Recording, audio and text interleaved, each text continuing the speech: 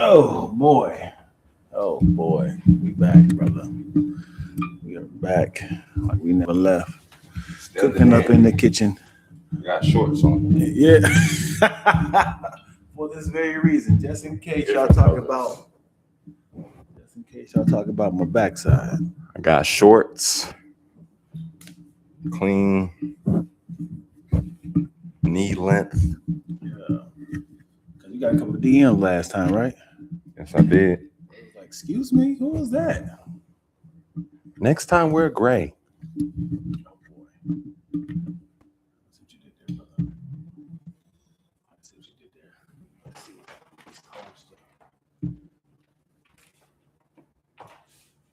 Yeah. They said we back like we never left. Cooking up in the kitchen.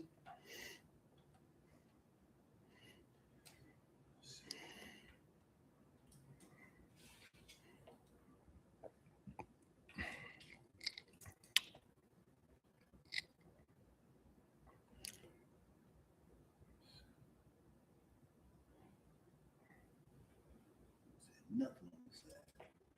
That mom said nothing.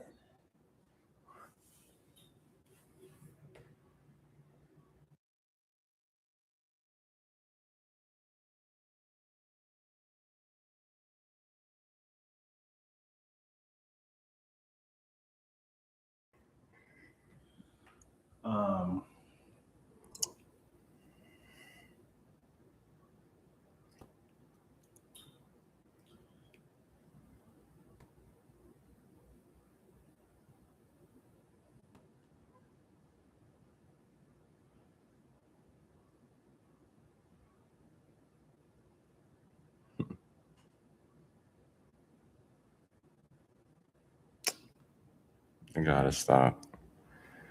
Bel Air spinoff Hillary starring Coco Jones Oh, is that actually happening? in works at Peacock. I don't believe you. She wasn't a star. Per deadline. Let me see what you're talking about. Via Westbrook 16 minutes ago. Let me see what you're talking about. I'll read for you because I like to read. Okay. Peacock- Breaking news. Breaking news. Right out the TV industry, I guess. Peacock is developing Hillary, a Bel Air spinoff centered on the titular character played by Coco Jones, whatever. In the proposed spinoff, after accepting an unexpected job offer from celebrity chef Yvonne Duran, Hillary Banks / Coco Jones impulsively moves to New York, determined to prove herself beyond her Bel Air connections, only to find that success, friendship, and love come with a cost. Hillary is written by Tracy Oliver, the writer of Girls Trip and Harlem.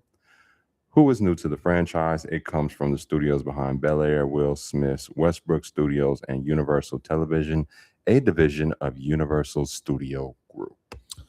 You know why I don't think it's going to work? I can give you some reasons too. Go ahead. Well, I think they're banking, no pun intended, they're banking off the fact that Coco Jones is a star. And she's going to sell it just because you want to see Coco. Yeah, I think they're banking off of that. And so I don't know if you know how TV shows work when it comes to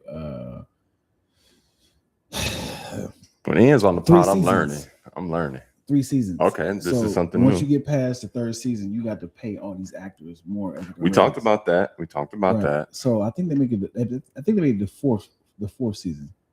I think this might. Yeah. I think I haven't watched it but I think they packaged it.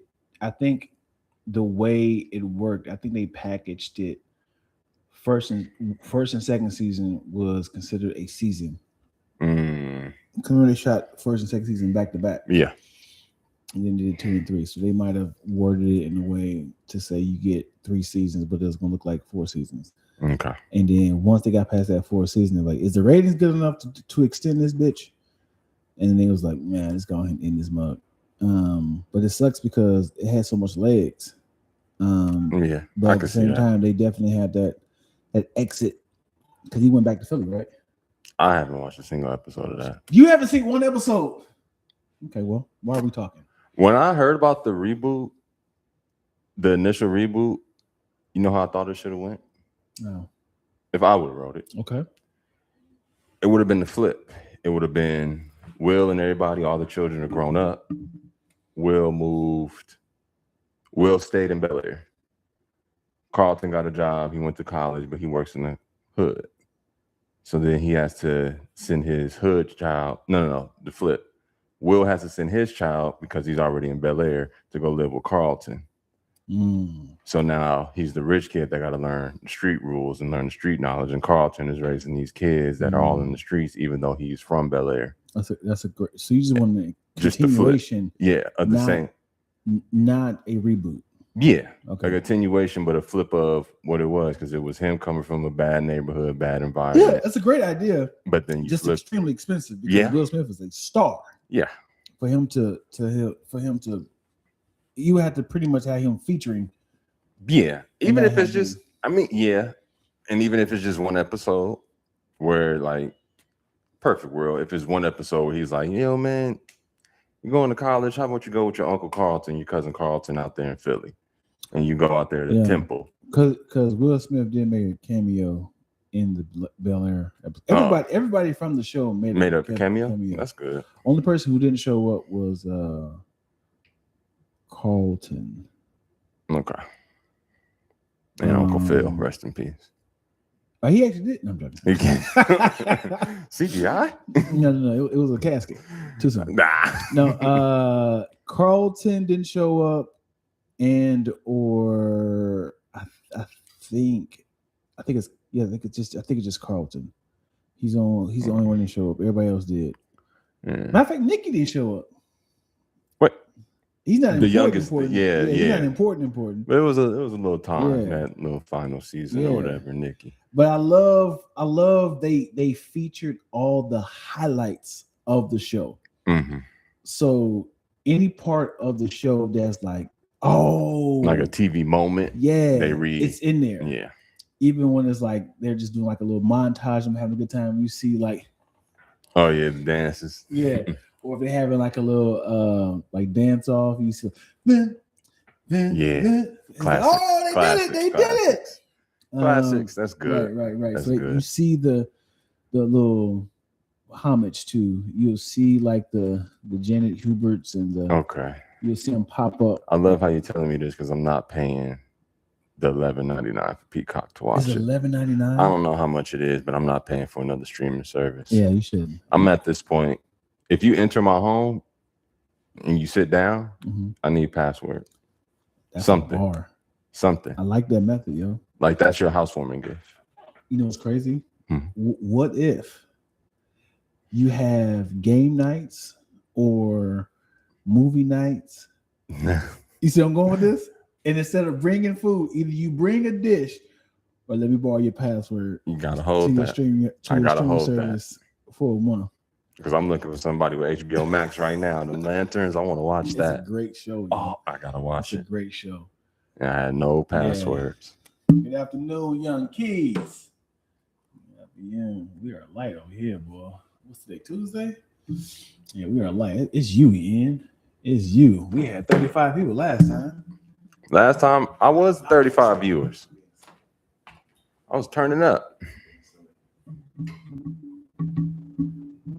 Never turn me down. Never lost.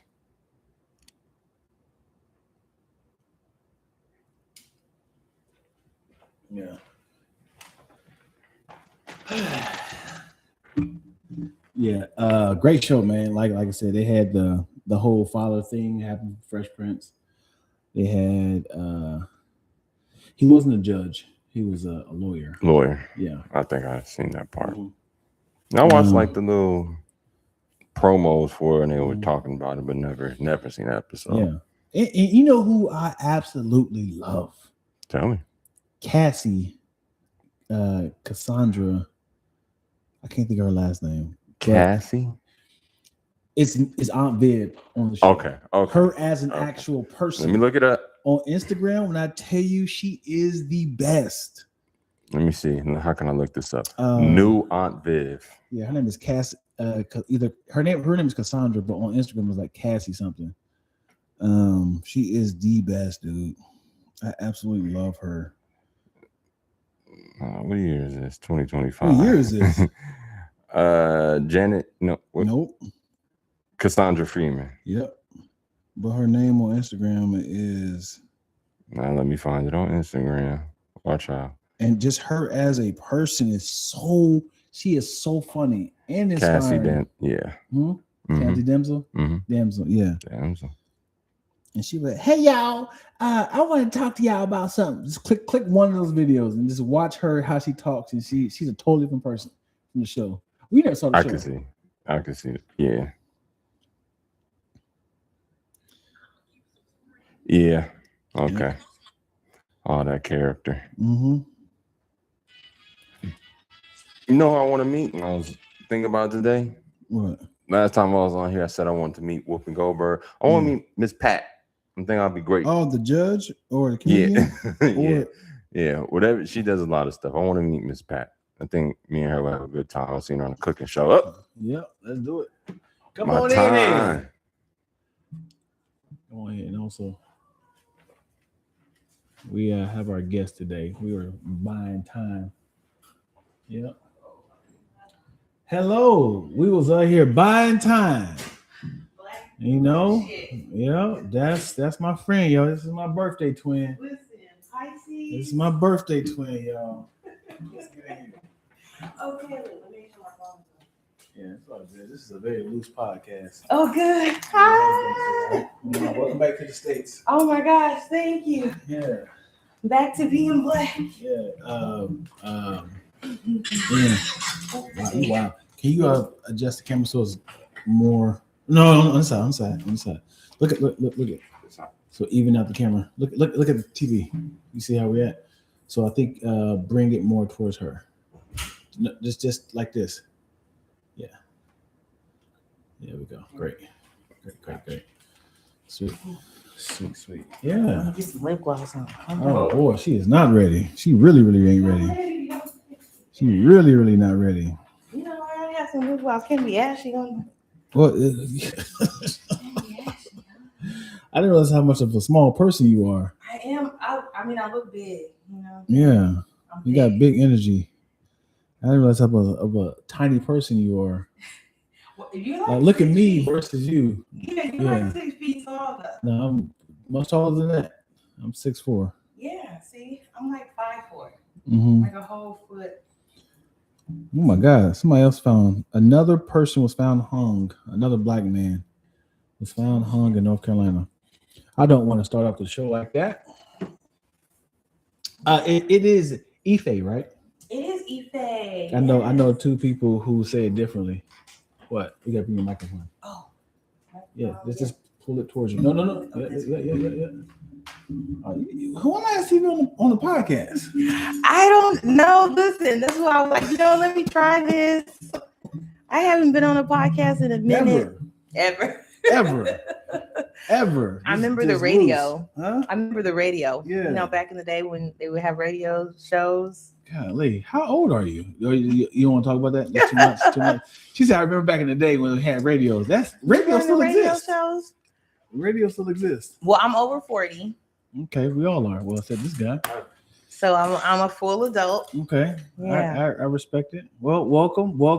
Let's get right to it, mama. Okay. First and foremost, gotta love Efe because Ife. You just said it right. I said, no, that's what I'm gonna say. I know a homegrown name's Efe. Yeah, Efe. Yeah, a lot of people use Effie. Yeah. Yeah. But I'm Ife. Ife. Yeah. I'm sorry. I apologize. That's because okay. I knew I was gonna do it because, like I said, I see her. I'm like, which one is she? Which one is she? Ife. Mm-hmm. Yeah, we got the same birthday, yo. Yeah, we got the same birthday, March 5th, man. March 5th. Yeah. And how rare is that when you meet somebody on your actual birthday? Very rare. And then when I found out, I said, you have to come to the show, man.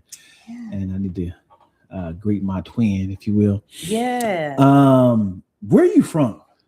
I'm actually from LA. You're a liar. No, I really am. I was actually born in Long Beach Memorial. you, LBC baby. Okay. Yes. All right. Welcome. Yeah. And where did you go to school at? You stay here? So that's the thing. My dad is from Detroit, Michigan, and my mom is from South Central. So when they found out they were having a kid, my mom was like, we need to move somewhere, safe. So I actually grew up in Milwaukee, Wisconsin. Whoa. Yes, I grew up in the Midwest. And then I went to military boarding school in Indiana. Okay. And then I went to New York for college. And I just been bouncing traveling ever since. Bouncing all over the place. Yeah. And I'm assuming, I hope your parents are African. No, they're also American. Like I said, my dad is from Detroit and my mom is from South Central. But they were Black nationalists. They were part of the Black nationalist movement. Mm-hmm. And so there's a whole bunch of children. There's a generation of children that were born to those Black people, and they gave them all African names. So what is your parents' names? My dad's name is actually Iverson White. Okay. And sometimes I go by Iverson White Jr. Okay. And then my mom is Una Vanderwaal. Oh, well, that's more like it. Yes, that sounds American. Yeah, that sounds more like Shakur. It's a little bit different. Shakur. Well, my grandmother, I think at the time, because like I said, my mom was born in LA, so I think at the time, like Spanish names were in. So my mom got Una. Got it. So is your mom? So that is a Spanish name. It is. I mean, it's a Spanish word. It means the only girl. Was she the only girl? No, but my grandma. She just liked Una. My grandma's name was Mercedes. Yo, if they see the three of your names back to back, they'll be confused as hell. Nope, there's no name is the same. Everybody's name is different. You got a Spanish name, an African name, and a stripper name. Yeah. Okay. No disrespect. No, it's all good. So, the thing that stuck out the most, and I had to talk to you about this. Okay. You told me, you brought this to my attention. You are a Buddhist. I am. I love to talk about Buddhism. You are a Buddhist. I never met no one. I can't even say black or white who is a Buddhist. Yeah. Please tell me how.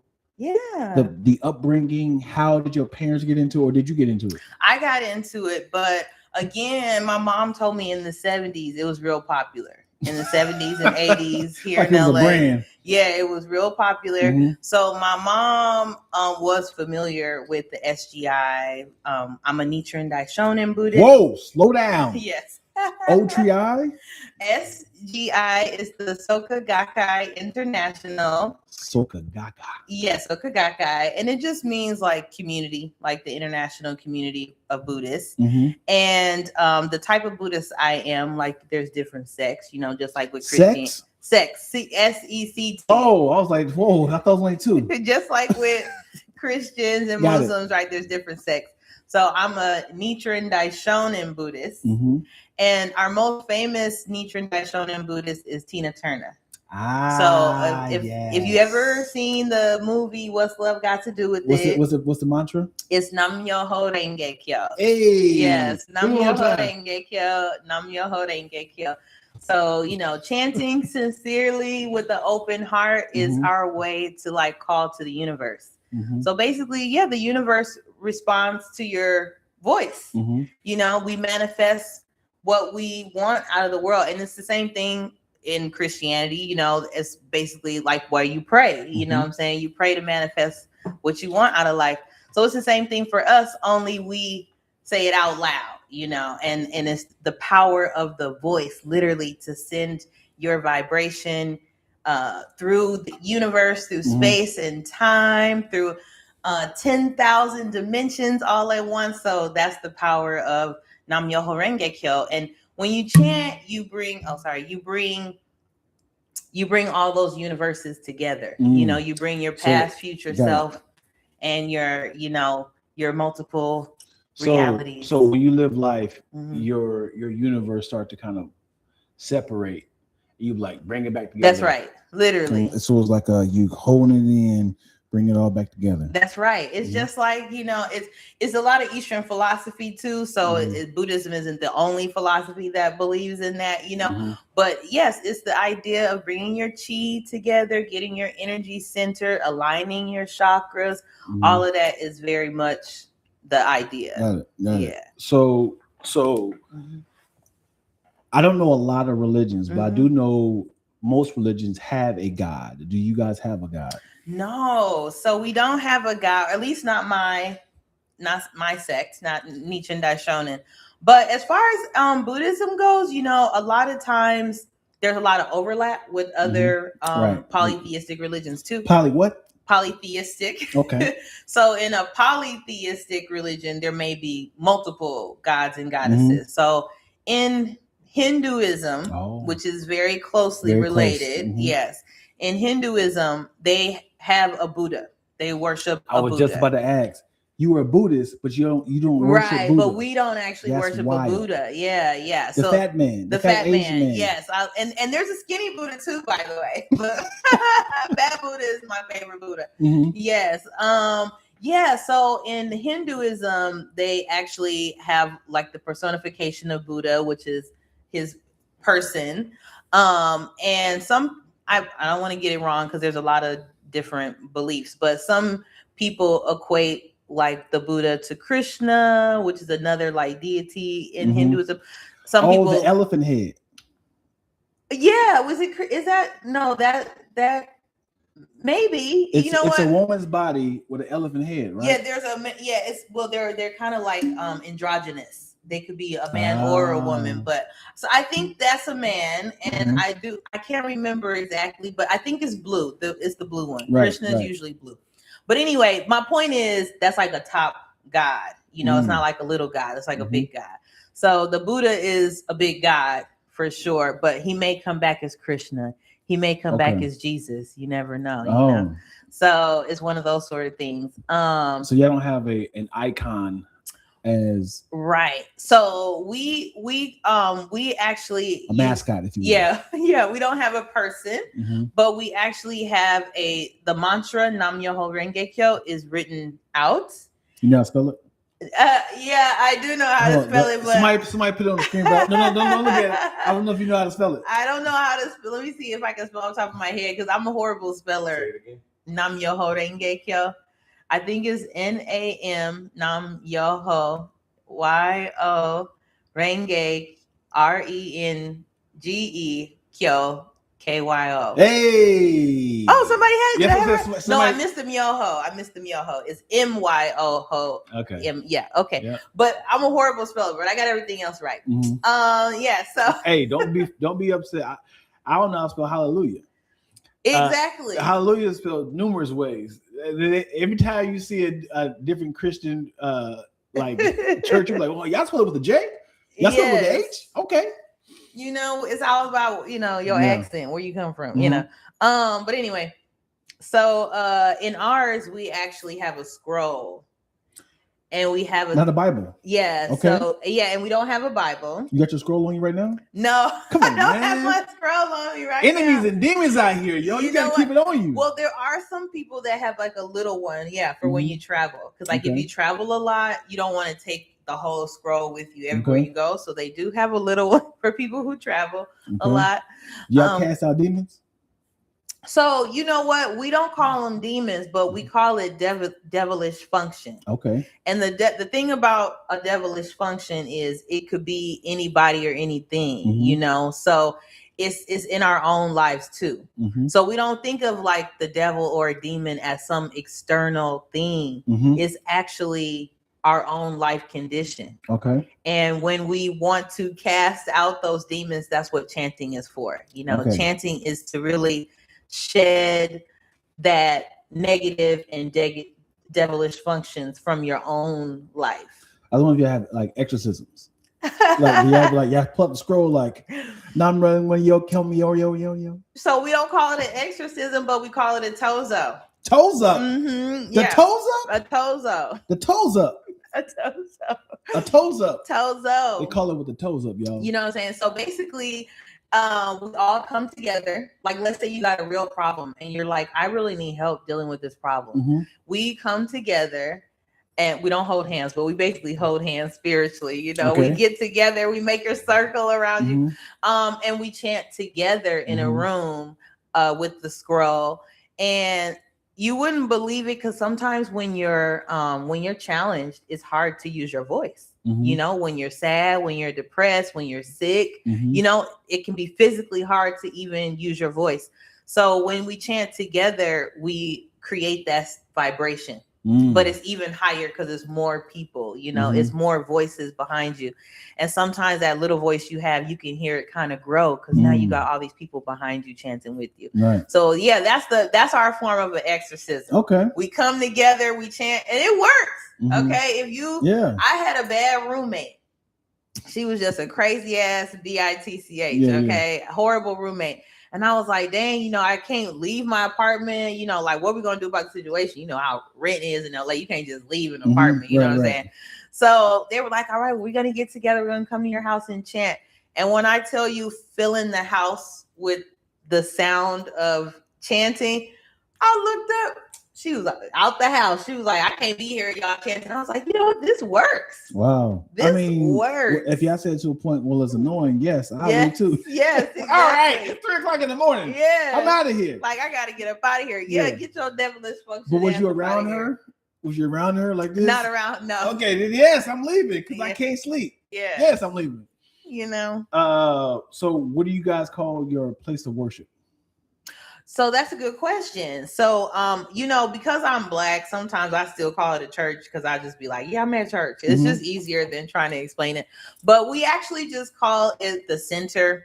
You know, it's just the friendship center. All of us call friendship centers. Yeah, pretty much. Yeah, they're the friendship center. And then they have like bigger spaces that have like their own name. So we have one in Santa Monica. I think it's called the World Conference Center or something like that. I don't know. Y'all Google it. You can tell me. But yeah, so they have like names for each individual place. Like mega friendship churches. So that's what I was saying. It's like a bigger version where more people could fit in it, and it's a little bit nicer. So it just has like its own name. We have windows. No, not really windows. Yeah, I was curious about that. Why is it so private? Why is it so private? That's a good question. You know, I really don't know. I feel like we build green spaces. There's always like a courtyard. You know, there's always like outdoor space, but maybe it's just safety. I don't know. Oh yeah, people go crazy. Yeah. What do you guys wear? What do we wear? Well, we don't have a dress code. No, we don't have a dress code. There are people who like volunteer for church, basically. You know how the ushers, you have like those type of people. So they have to wear like black and white, you know, just professional. But no, we don't have a dress code. We also don't have any like well, we do have like a code of conduct, you know, like when you become a member, you agree to like not be hateful. Hateful, like you're not being like, you agree to not be discriminatory. I hope that's any job, any place of worship. I mean, I don't know, you know what I'm saying, because that's like a part of our ethos is like not to discriminate. So, you know, we don't discriminate against LGBT people. We don't discriminate against color or class or anything. Is mostly people that you worship with Asian? No, that's my misconception. Yeah, of Buddhism. Well, our sect is rooted in Japanese culture. So there are the majority of people. I don't want to say in the world, but I mean the majority of the people that kind of organize the organization of SGI, they are Japanese. Like, so people go to Japan all the time. You been to Japan? Not yet. I have been to Japan, but not to do Buddhism yet. That's on my list though. And a lot of people like work for the organization in some capacity, like maybe part-time, you know. So they have like trainings. They actually go to Japan and get training and stuff like that. So there are a lot of Asian people in the organization, but they are not one group or another. I can't get past the fact that you're a Buddhist, but y'all don't worship Buddha. I know. How did this happen? And I think it's because it's similar to Christianity. It's just the idea that you don't want people to worship an idol. Where the idea is not to worship an idol, is to develop yourself. Right. So it's not that we don't know who Buddha is. Like we all know who Buddha is, but we also don't have there's no personification. There's no person to save us. I get it. Yeah. I 100% get it. Yeah. The name is throwing me off. My next question was, let's talk about Buddha. He's like, I have nothing to do with him. And then Hinduism, they do worship Buddha. Yeah, sometimes they do. And sometimes, yeah, because Hinduism like a Y, A-E-I-O-U, sometimes Y. Well, because Hinduism has a lot of gods and goddesses. Oh, you did say that. So that's what I was just saying. So that's just one of the gods and goddesses. So it's like a calendar thing, as in like January we worship Jonathan. In Hinduism, absolutely, yeah. It's cyclical. Almost every day is mystic. Well, who we worshiping today? It's August. Yeah, but that's a lot of indigenous. That's I'm also an anthropologist. Okay. And like I said, I just came from Peru. That's a big word. I don't know what that word means. So yeah, so I definitely a lot of religions have like the calendar is built around different religious practices. Like that's what we did before capitalism. Hey y'all gonna be respectful in this chat, okay? No, that's good. Let's see. Who's scared? Oh, I don't know about that one.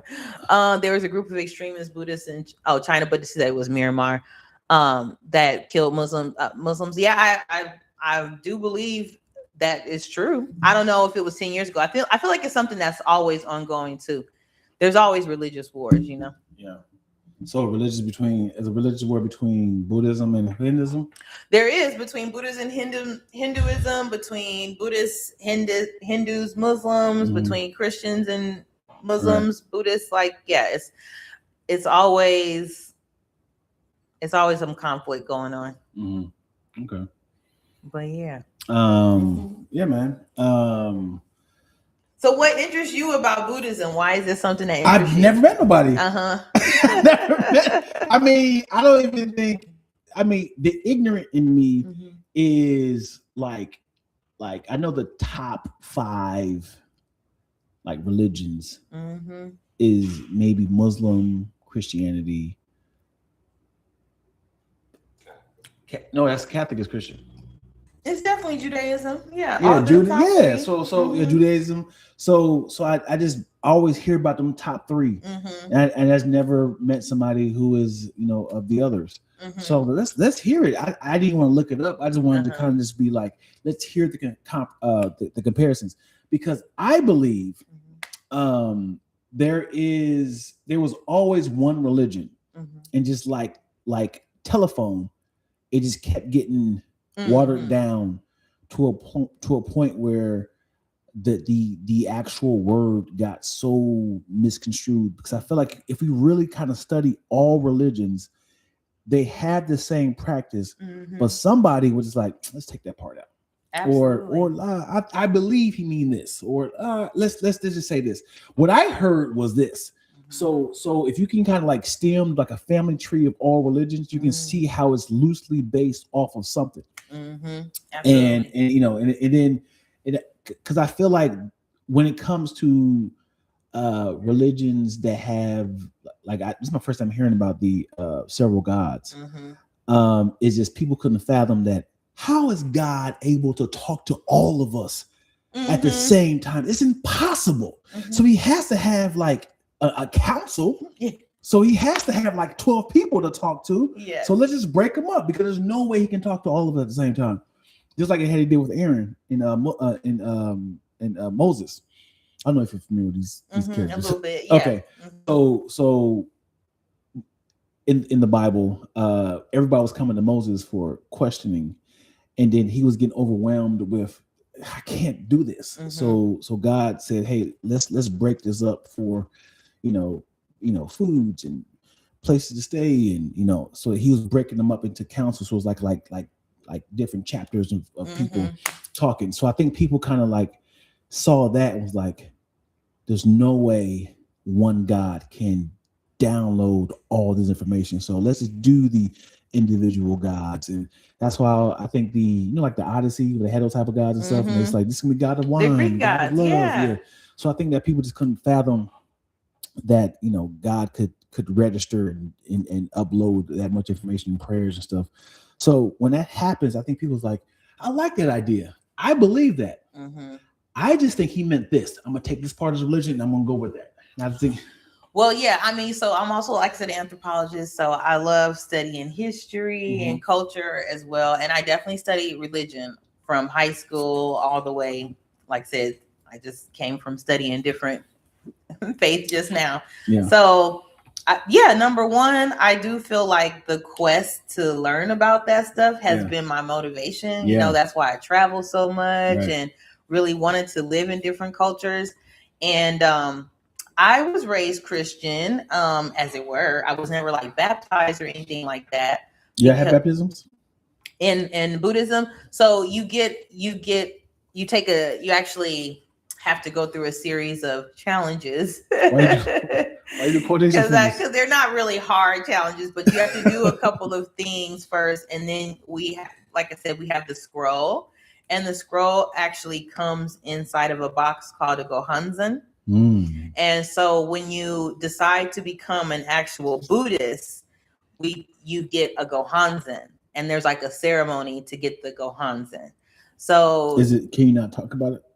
It's not that you can't talk about it. You go through these events. We can't tell you. No, we can't just be giving away our religion like that. Well, we can't just be giving away this salvation. Yeah, no, exactly. No, because the idea is like people should, want to make the effort, So it's not like oh, there's 3 things to do. It's like, you got to come repeatedly. You have to share your own experience.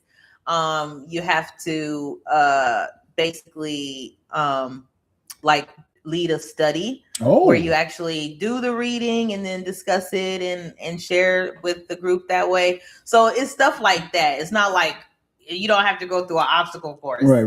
You don't have to like climb a wall or anything. Yeah, so and it's not like a secret, but it's just the idea is like your effort. So we don't like tell people like, oh, you're on the path to become a member. We just encourage people to keep coming back. Yeah, exactly. And then we're like, oh, you've been here a lot. You participated. You've done the things. Would you like to just be a member? No, I'm investigating you guys. Well, and I do think it's a good way to start. Yeah. So we have every month we have an open meeting. It's called our district meeting. And that's when we invite guests. And that way you can come with a friend, so I'm your friend. I'm going to invite you to our district meeting. You're going to come with me. And then you can see it for yourself. Yeah. Because we do think the best way to get introduced to it is by trying. Gotta have the experience. Yeah, just by trying it. Do you guys have praise and worship? So yeah, so we have our monthly district meeting, which is like our community, like people in your neighborhood. And then we have the monthly meetings. It's called Kosenrufu Ganyo. Man, you got a lot of words happening. It's a lot of ancient Japanese. I see. So, and actually, I've been really practicing. At this point, you got to learn Japanese. No, you do. I've been really practicing this year. I've been really practicing. And I do think it helped me because, like I said, then I went to go speak Spanish for a month. And I was like, oh, actually, my brain is doing better than I thought it would. So I credit that to also learning Japanese. Yeah. But no, I think but when you actually are, learning about the faith and you're actually like learning the words and stuff like that, you just kind of you naturally want to keep learning, right? You want to know, well, what am I saying? Right. What are these words in Japanese? Yes. And so when you come to the district meetings, you can really ask those questions because it's only like 5, maybe like 10, 15 people. So you can really talk to them and ask them questions like, well, what's this gohanzen about? What's in the scroll? Like, it's a lot more small. But then the big meeting, the Kosenrufu Ganyo, which just means a meeting for world peace. That is also the very first Sunday of every month. And guests are invited to that also. But you can't really ask questions because it's like going to church. Yeah. It's like a big meeting. What is your pastor's name? So we don't have like individual pastors. I'm actually my district leader. Okay. And this is my first year being my district leader, so I'm not very good. But you're not selling this at all. I know, yeah, no, you can be. I say you're on the journey with me. Okay, Yeah. I'm learning about Buddhism just like you're learning about Buddhism. So yeah, we don't really have high priest. They used to. They call high priest. Well, I'm saying like how in Catholic Church or like, you know, in Christians, there's like a hierarchy. Yeah, well, we don't have a hierarchy. Bishops, preachers. Yeah, ministers. We don't have a hierarchy.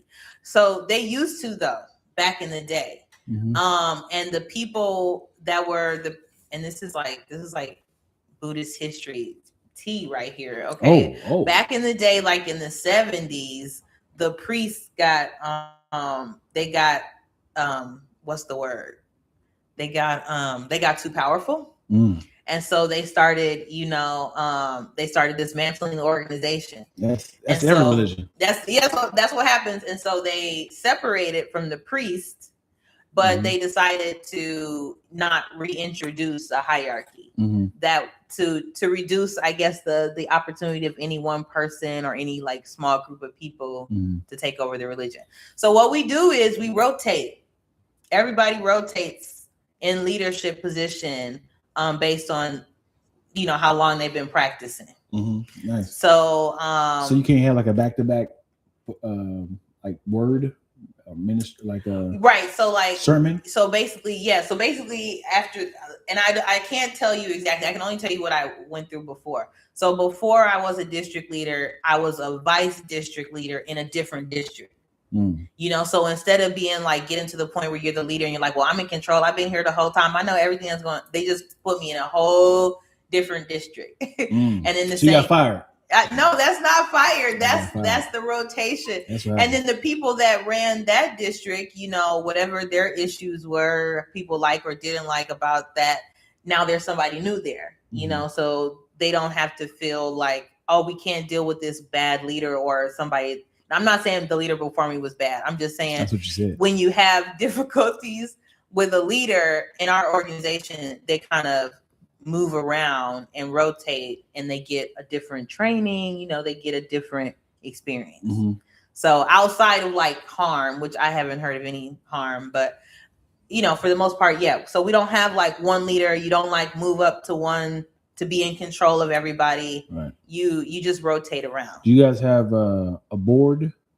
I think they do have a board. You think? I think they do. Y'all just running amok. I think they do have a board. So we're also broken up again to keep it from being too much power anywhere. We're broken up.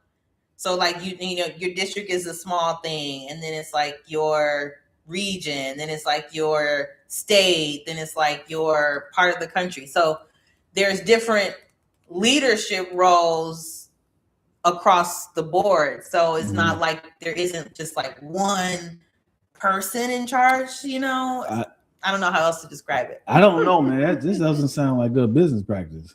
Well, it's not a business. Well, sure. But like, if it, let's just say this building, it just ran from a bunch of people who attends. It's like that's called a co-op. Sure. So all y'all paying money on the rent. Yeah, that's true. Well, there it is. Yeah, we do. So you know how like Christians do a month, do a tithe every time you go to church. Yeah, so we do a tithe every month as well. We call it a sustainable contribution, whatever you can give. And then we do like a fundraiser once a year. We do a fundraiser to just encourage people to give a little extra, or if they haven't, because obviously new people join every day. So if you've never given before, sort of thing.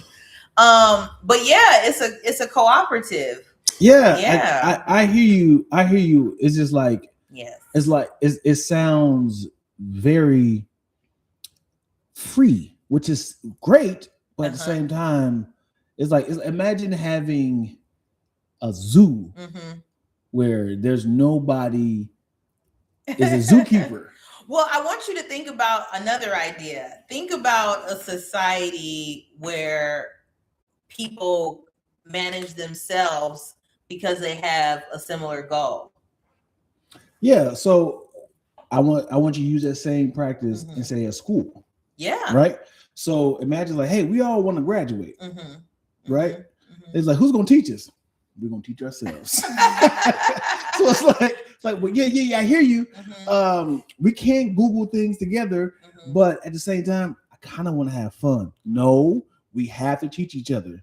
Then it's like, who's the principal? So there's no principal. I who's mean, the but teacher? that's where that's where wisdom comes in. So it's not that there is no principal. It's that the person who has shown their understanding, you know, of the organization is the person to kind of, you know, give that advice, if you will. So for instance, even though I'm the district leader, I have members in my district that have been practicing 40, 50 years. Got it. So even though we literally had this debate this morning because I'm a millennial, we got to have our planning meeting. I'm like, we need to do this on Zoom. I don't have time for this today. And they're like, but if we come together, we can chant and we can start off on the right foot. So having people in the organization that have experience is how we utilize that wisdom. So it's not just me running amok because I'm new and I want to be the leader. There's people in the organization that have a lot of wisdom because they've been here and they've been doing it and they've studied it and they've had those challenges. And then my job as a leader, right, as a good leader, is to utilize that wisdom and to not disregard my elder members who know more than me, you know? Right. And that's a real lesson. Yeah. Because I really be having to check myself. And I think about that a lot, like, because I feel like I'm old, but I got people older than me, you know? And so, yeah, I often find myself saying, well, am I saying this because this is what my ego wants, or am I listening to, you know, the people in my group who have more experience, and am I really hearing them? And sometimes, you know, sometimes I win because I'm like, okay, well, you know, we got to do what's best for the future now, you know. But a lot of times it's about recognizing like, oh, they're right, you know, we do need to pause, we do need to do more things in person, because that's where we create this energy. Yeah, definitely. You know? I highly recommend doing things in person. And I am an only child, and I love being alone. I'm an editor. I really struggle with being with people. So I definitely, this has been a good challenge for me to get to, you know, talk to more people, to get out of my comfort zone, to go to people's houses and hang out with them. And that's definitely stretching myself, like trying to push myself to be a better person. Yeah. Well, I've learned a lot. Yeah, and not just my old curmudgeon-y, you know, cynical self. I like that word right there. Curmudgeon-y. This was a good learning curve for Dion Lack. But you can come. You can come to one of the Buddhist meetings. And I will. Yeah. I would. Do I gotta wear like I said we don't have no dress codes. There's no tunic. Can I wear a turban? If you want, you know what? Listen, I think one thing people realize when they start practicing Buddhism is, you know, a lot of these external things don't matter. I want to wear hijab. You can definitely wear a hijab. First of all, you can also be any other religion. You know, and learn and practice and study I've Buddhism. learned a lot. Because Buddhism isn't really like a religion per se. It's more like a way of life. Okay. You know, so in theory, you can be any faith you want to be. But I think when people start coming to the Buddhist meetings, like I said, we really want world peace. And we really want nuclear disarmament. Oh, that's again, you have to remember Japan experienced nuclear war, and the religion is rooted in Japanese history. Oh, so that's where it came from. Well, not Buddhism, but Nichiren Daishonin Buddhism, the Nam-myoho Renge-kyo is Japanese. So the Japanese did understand nuclear war. So again, that's very much embedded into our faith practice, is also nonviolence. So nonviolence, nuclear disarmament, world peace, and non-discriminatory society. Those are like our serious pillars. What is some of the misconceptions that you got from Christianity for you to say, I'm out of here? I shouldn't say misconception. What made you So many things. Okay, so many things. Well, first of all, white Jesus. I don't know why Jesus? White I don't know how y'all still worship. I don't know how they still worship white Jesus. That's Americanized. Y'all lose me with that one. You lose me at the door. Okay, if I walk in and I see a white Jesus, I'm just literally going to turn around. I can see that. Yeah, it got Americanized for sure. It's definitely Americanized. Yours, Eurocentrized, Europeanized, whatever you want to say, is all of that. And to me, that is the root of evil right there. That's where it starts. Okay. So that was number one. Number two, this idea that you're born with sin. You're born with sin? That's what Christians believe. Yeah, Christians believe you're born with sin. And you only are free from your sin, through your acceptance of Jesus Christ. And I think that's fine. I'm like, if you exist in that world, okay, fine. But I think it's crazy to say people are born with sin. I think that's crazy. I think more than anything, human beings are both good and bad. And I think that's one of the biggest differences with Buddhism. Buddhism is not teaching people that there is some external force responsible for bad things in your life. That's not true. I mean, that's not what I believe. Maybe some people think it's true. There's just horrible things happening and they happen to you all the time and they're just horrible things happen to you. No. In Buddhism, we believe in cause and effect. Okay. Things happen because of our actions. And even when we don't know what our actions were or see what our actions, it's still us. So the answer is not to look for some external remedy. The answer is to address what are you doing? What have you done? What can you do? And it's really about taking responsibility for your own life. And to me, that's just the biggest difference between almost all the other religions. Yep. And so people lose me at the born with the sin, because I just think you're both good and bad, and anyone has the capacity to be good and bad, and you have that capacity throughout your entire life until you no longer are here. And then obviously the misogyny. The idea that women are submissive to men, the idea that women come from men, just not true at all. There is no virgin birth. That's ridiculous. He's like, spin around, because these are the things we just have accepted. And it sounds crazy when some points them out. Like, no, that's why I'm just shaking my head, because like I said, I don't want to do religion thing. I just enjoy hearing the other side, because it also can go like Republican to Democrat. It can go white and black. So I do enjoy hearing that, because I do have rebuttals, but at the same time, it's like, it's not worth it, because I'm not here. I enjoy hearing the other side. Right. So yeah.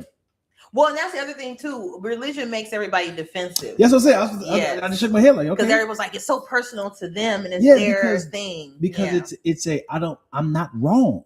Yeah, right. It literally is a relationship. Like, you telling me my entire life I'm living this wrong? No. I want to fight teeth and nails that I'm right, and I'm gonna prove it. Yeah. So when it comes to religion, you got to be like, oh, that's how you believe it. Okay, that makes sense. All right. Well, I think in this setting, because we're talking about it objectively, but but like I said, the question was like, what made me not want to be Christian, and those were always the things. I definitely feel like just like I said, as a Black person, because my parents were also Black nationalists, I just wasn't raised with that. I think Christianity is just such a tradition in the Black community, right? It's just like so ingrained in Black community. It don't matter if you're not Christian. If you Black, you gonna be exposed to Christianity. Like your grandma took you to church. Like, that's just what it is. Yeah. So I appreciate the beauty of the religion and the beautiful the people themselves, and the good nature that people want to express. I think Jesus is a radical character, and I think I wish more people actually aspired to be like Jesus. Yes, I wish Christians really stood on that, because I would like them a lot more. But for me, it comes down to history. It comes down to science. You know, it comes down to politics. And for those reasons, when I found Buddhism, and again, it's not like I found it, we all have heard of it before, but just when I had friends that really invited me to come and I could hear it for myself, I just thought it was so much more aligned with who I am as a person. Because I do believe in nonviolence. I do believe in world peace. I do believe in every action I take in my own life to further that. What is your Bible title again? What is it? So we don't have a Bible. It's called the Gohanzan. Yeah, it's a scroll. Right. Yeah. And how long is it? Well, you know, I don't know how long it is, but basically we have a thing called, I can't say how many pages because it's one page. Yeah, it's one page, but it's written in Japanese caricatures, you know, so they're not like individual letters, you know. So if it got translated to English, how many pages? That's a good question too. Those are good questions. I don't know. So what we don't, because we don't have a Bible, okay, we actually have a lot of different books. So people who have studied the religion write books about it, and then we read the books and discuss them, basically. So we don't have like one interpretation of the scroll, but it's called the Lotus Sutra. And there is a book called The Heart of the Lotus Sutra. And basically it's like a very in-depth translation of everything on the scroll. Okay. Because they're kanji caricatures from Japanese language. So they have like multiple meanings. So, so that book is pretty big. So is it like a self-help book or is it like what happened?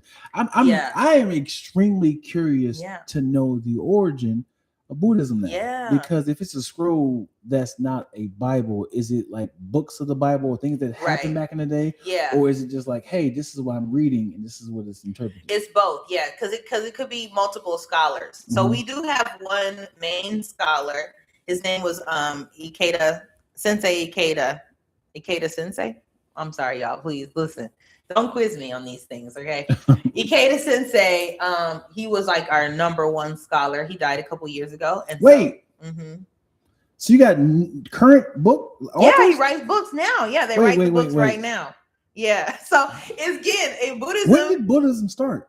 That's a really great question. Buddhism is considered to have started around like, I want to say like the 4th or 5th century. It's like really, really old. So you just said the dude just died. Who wrote the book? Yeah, no, he's our scholar. He was a scholar. Like he studied a lot about Buddhism. Who wrote the scroll?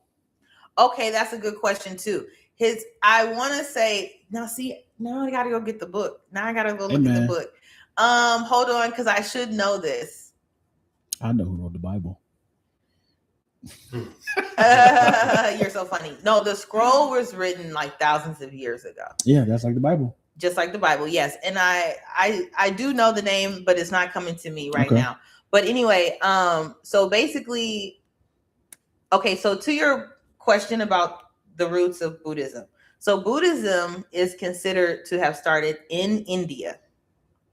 There was a very wealthy prince. Now, this is where, truth meets myth. I don't know how much is true and how much is the myth.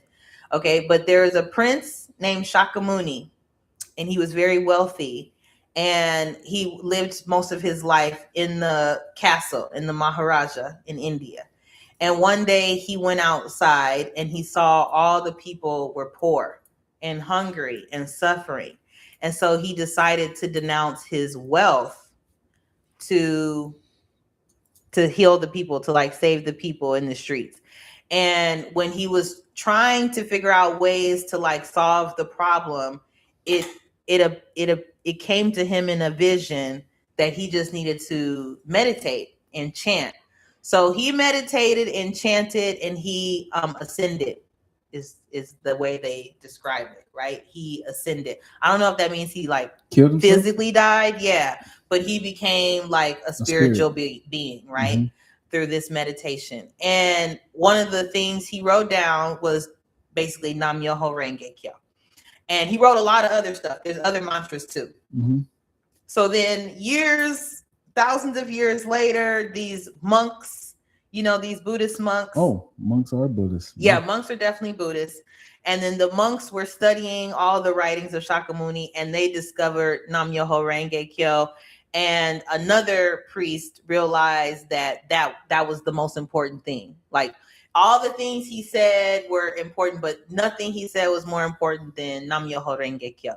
And then so as they get into Nam-myoho Renge Kyo, that's where the Nichiren Daishonin chanting and everything. So yeah, I feel like maybe it was Nichiren. Maybe that's who wrote it down. Okay.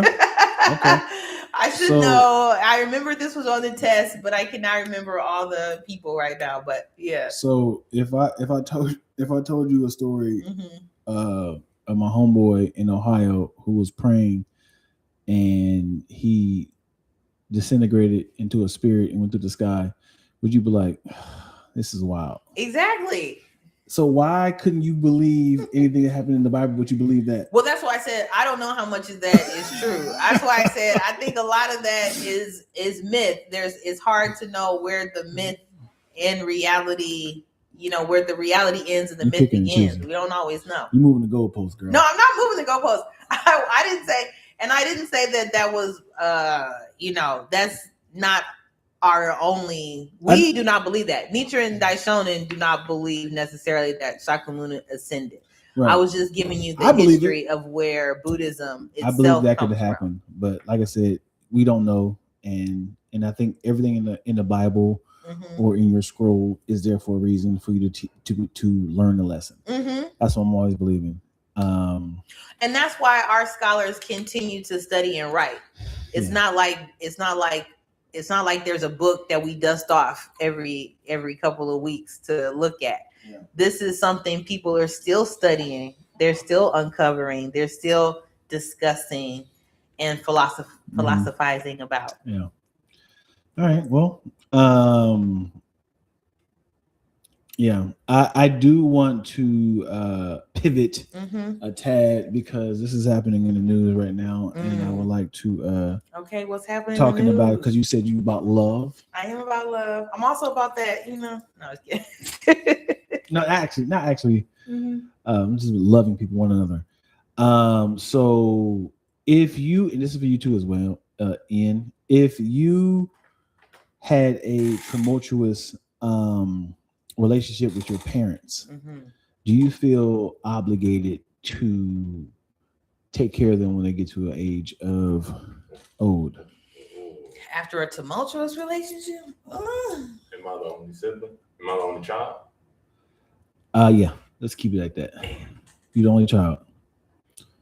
And it's one of those things of like, it said, in the Christian, I don't know if it's the same, it said honor your parents, honor your, right. Definitely. Right. So I don't know if it's the same with there, but do you feel like, you know what? They took care of me from this point in time. Something will happen with them. They got on drugs or whatever. Something happened. And on the flip side, I should take care of them. Do you feel like you feel obligated to take care of them still? Well, so as a Buddhist, I won't say it's an obligation as much as, again, it's about like, okay, what traumas you went through with your parents, what have you done in your life to work through that trauma? Because I have that situation myself. My dad, who I love very much, but he's also estranged from me because he has mental illness. So he say he don't need me, but he might need me one day. You know what I'm saying? And I do feel like through a lot of chanting that I've done on my own, not in conversation with my dad, I've been able to forgive him a lot. I've forgiven myself a lot. I still love him. I'm still open to being there for him. And I think I've also learned maybe more what my boundaries are, so I'm not willing to put up with like abuse, right? But I definitely have learned that like my father was a human being. He made mistakes. He had challenges. Like I said, he had his own devilish functions in his own life. And I have a lot more empathy for that through what I've been practicing, because I understand that we all have that.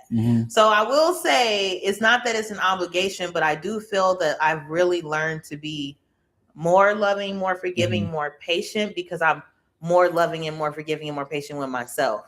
And by having that grace for myself, I am able to extend it to other people. Mhm. Does that mean they always deserve it? Not necessarily, Mhm. but I don't make decisions in my life because of external things, or other people necessarily. Yeah. What do you say, yeah? It's honoring them by sending them to Opeka Adult Care Program and counseling, like honoring them. It could be taking them to an old folks home. Yeah, absolutely. The top rated one, 5 stars. God is still working on me. I feel you, girl. I feel you. Twills says parents can't figure it out on their own.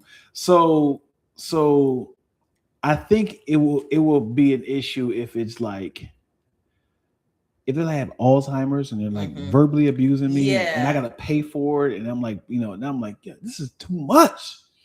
And like now my kids is like, grandma is doing blah blah blah, or dad is snuck out in the middle of the street, and I'm like, yo, this is becoming an issue. This is a job. Hey, before y'all leave, make sure your grandma is tied up in her bed. Not tied up. That had happened on one of the shows that I watched, and then she was like, I hate that he's going through this, but we didn't have the best relationship. Yeah. And she was just like, but at the same time, he took care of me up until 16 until he got on drugs. He was the best father up until then, but now on the flip side, them drugs took his toll, and now he's just a belligerent. He has Alzheimer's, and he's violent. And she was like, I can't do it anymore. I have to take him to a home. And I was like, that sucks. So I think that's valid though. Yeah. That's why I said about there is still a boundary. There's still boundaries. And I do think taking your family to receive care is caring for them. Yeah. Because if you physically can't do it, or even if you emotionally can't do it, to put them in a space where someone can care for them, that does show great compassion. Show grace. So I definitely think honoring your boundary with that person is the best thing you can do for both of you. Right. Yeah. Right. Definitely. But to not hold the grudge, right? Yeah. That's where your own human revolution happens. Because if you can love your father enough to say, you know what, I love you, but you can't stay here. That's you've grown. Right. You've grown. Right. You've been able to say, hey, a lot of shit happened in the past, but it ain't even about all that. Yeah, I'm not gonna fight you. My cousin did that too. My cousin had her dad, almost the exact same story, where her dad was good until he became an alcoholic. And then he got dementia. Yeah. And was off the chains. Yeah. Okay. And my cousin, she tried, I think she had for like a good 2 years at the crib. Yeah.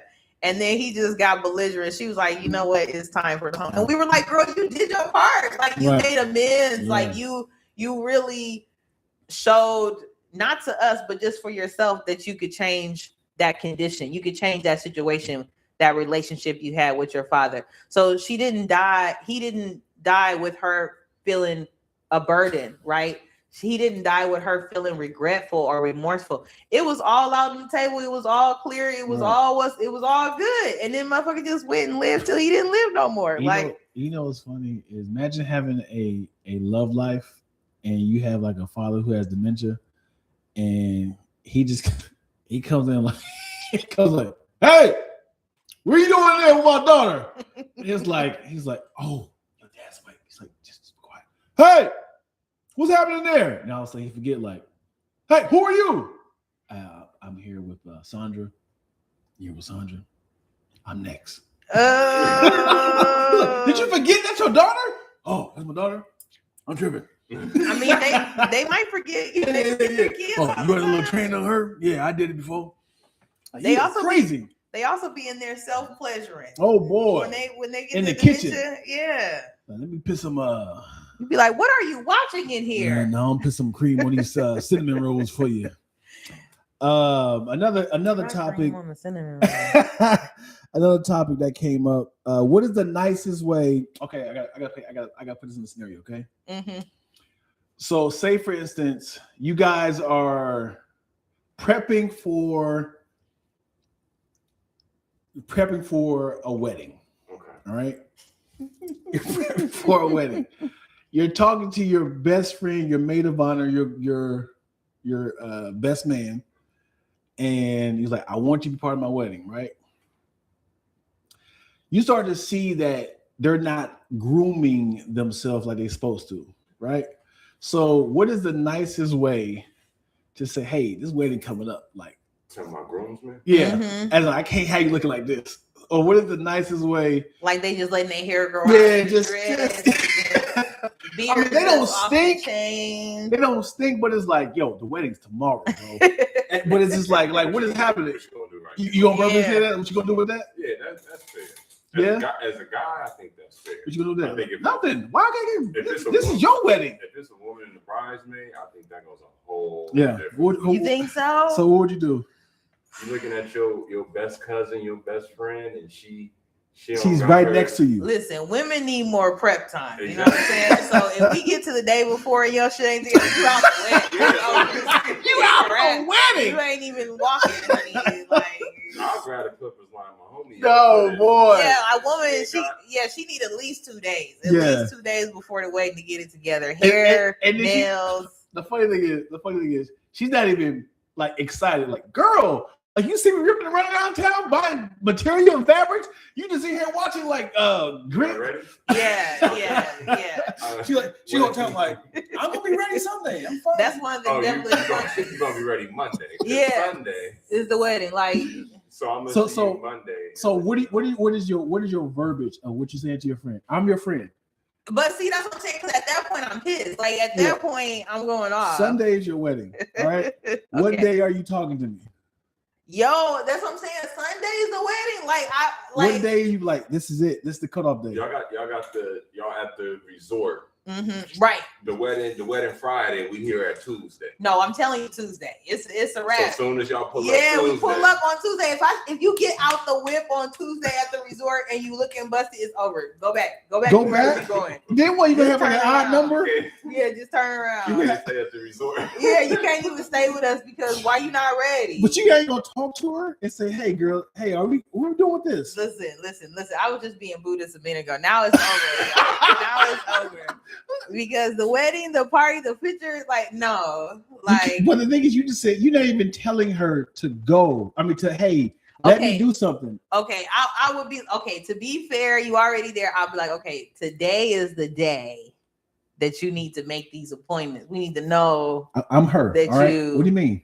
That's what I'm saying. No, what do you mean? No, I'm her. I need you to talk to me. I'd be like, sis, you know how long it takes to get hair done. Yeah. Like I need you to get your hair done tomorrow. Like it needs to be done. Nails takes hours for nails. You gotta get your nails done tomorrow. What's wrong with my nails? You gotta get them married. But pictures.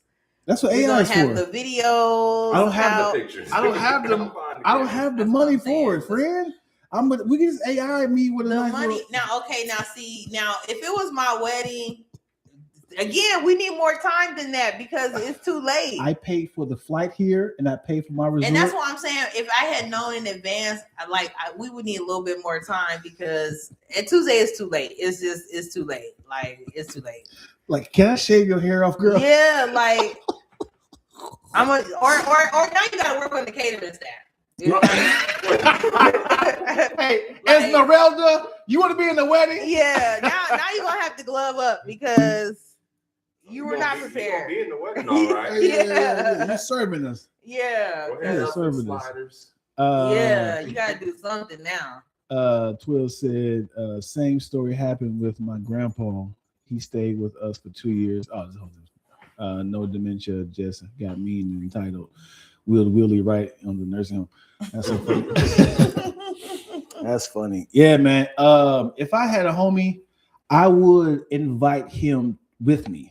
Mm-hmm. If I see like maybe he's financially struggling, it's like, hey, I'm about to get my hair cut for the wedding. You want to join me? And see if he's like stubborn. So I'm thinking about that. Like maybe Tuesday to Friday is a long time because maybe you have your hairdresser come in Thursday or the day of, but she ain't pulled up. Yeah. And then like your hairdresser's like, all right, I done got you second bridesmaid, third bridesmaid. Is the fourth one pulling up? Because I'm about to go. Yeah. And she's like, don't worry. Girl, I'm just gonna put my hair in a ponytail and Like, call it a day. that's what I'm saying. Because if you show I got up, some grease in the brush. that's what I'm saying. Because if you show up to the trip, at least as a black woman, with your hair at least not situated, because it could be anything, you know, braids, cornrows, weaves, it could be anything. So, like, if you don't pull up with your hair and nails together how you want it, whatever that is, we might as well call it a wrap now, because how we're gonna make time. Hold on. Watch this. Watch this. This girl, ain't she the pot calling the kettle black? Me, because I'm late. No, the fact that you had said, "Come as you are," booed his ass. Well, not to the wedding. That's what I said. Exactly. Not to the wedding. Why can't she come? She's like, "Hey, girl, listen, I went to." That's what I'm saying. I came to. Don't make me get harsh over you. Because, hey, I came as I was. Because listen, I'm just happy to support you, friend. This is about you. But see, that's what I'm saying. But see, then you just in the audience, like you're not in the party. Nah, that's your bride. So you care about how she looks versus your actual marriage? No, not so the whole at time all. you hold your husband's hand, you looking like. No, but that's what I'm saying. I'm not gonna be doing that. That's what I'm saying. I'm not gonna be doing that. You're gonna be sitting in the kitchen. I'm not gonna be looking out and being mad that everybody ain't looking right. No, because I could just I imagine being in the audience of the wedding. Yes, and I being distracted. 3 grooms, but I only see 2 bridesmaids. Yeah, something's off. Something's off. You see somebody way in the back. You just turn around. It's just a girl in the back. Mm-hmm. Listen, boo! It ain't gonna work. She gonna dump you just like she dumped me in the wedding. Listen, I'll have everybody sit down. Don't play with me. So everybody funny. Sit down. Okay. That's so funny. Yeah, the nicest way to say, "Hey, what's happening?" But I'm saying now, if my homegirl from Jump was like, "Hey, I don't really have money for all that in advance," then I'd be like, "Okay, well, when we getting our hair done, you come get your hair done, come get your makeup done." Mm-hmm. Like, I wouldn't leave my homegirl out there if that was the plan. Mm-hmm. But I'm saying if we had a plan, you was gonna be ready to go. Everybody show up on this day ready to go, and then you show up not ready to go. Yeah. Did you sit in the kitchen? Yeah. Sliders. Yeah, you passing out sliders. Go grab some plates. Yeah. Champagne. Okay, I'll put my mama in the party first. Okay. Like, get out of here. Hey, can you wear a size 6, girl? Okay. Yeah, I can. Wow, what's up? Get them non-stick boots. I heard they got some extra in the back. Like, show up to the resort. It's crazy. In the final question, are you guys team natural or team enhancement? Natural what? I was say natural what?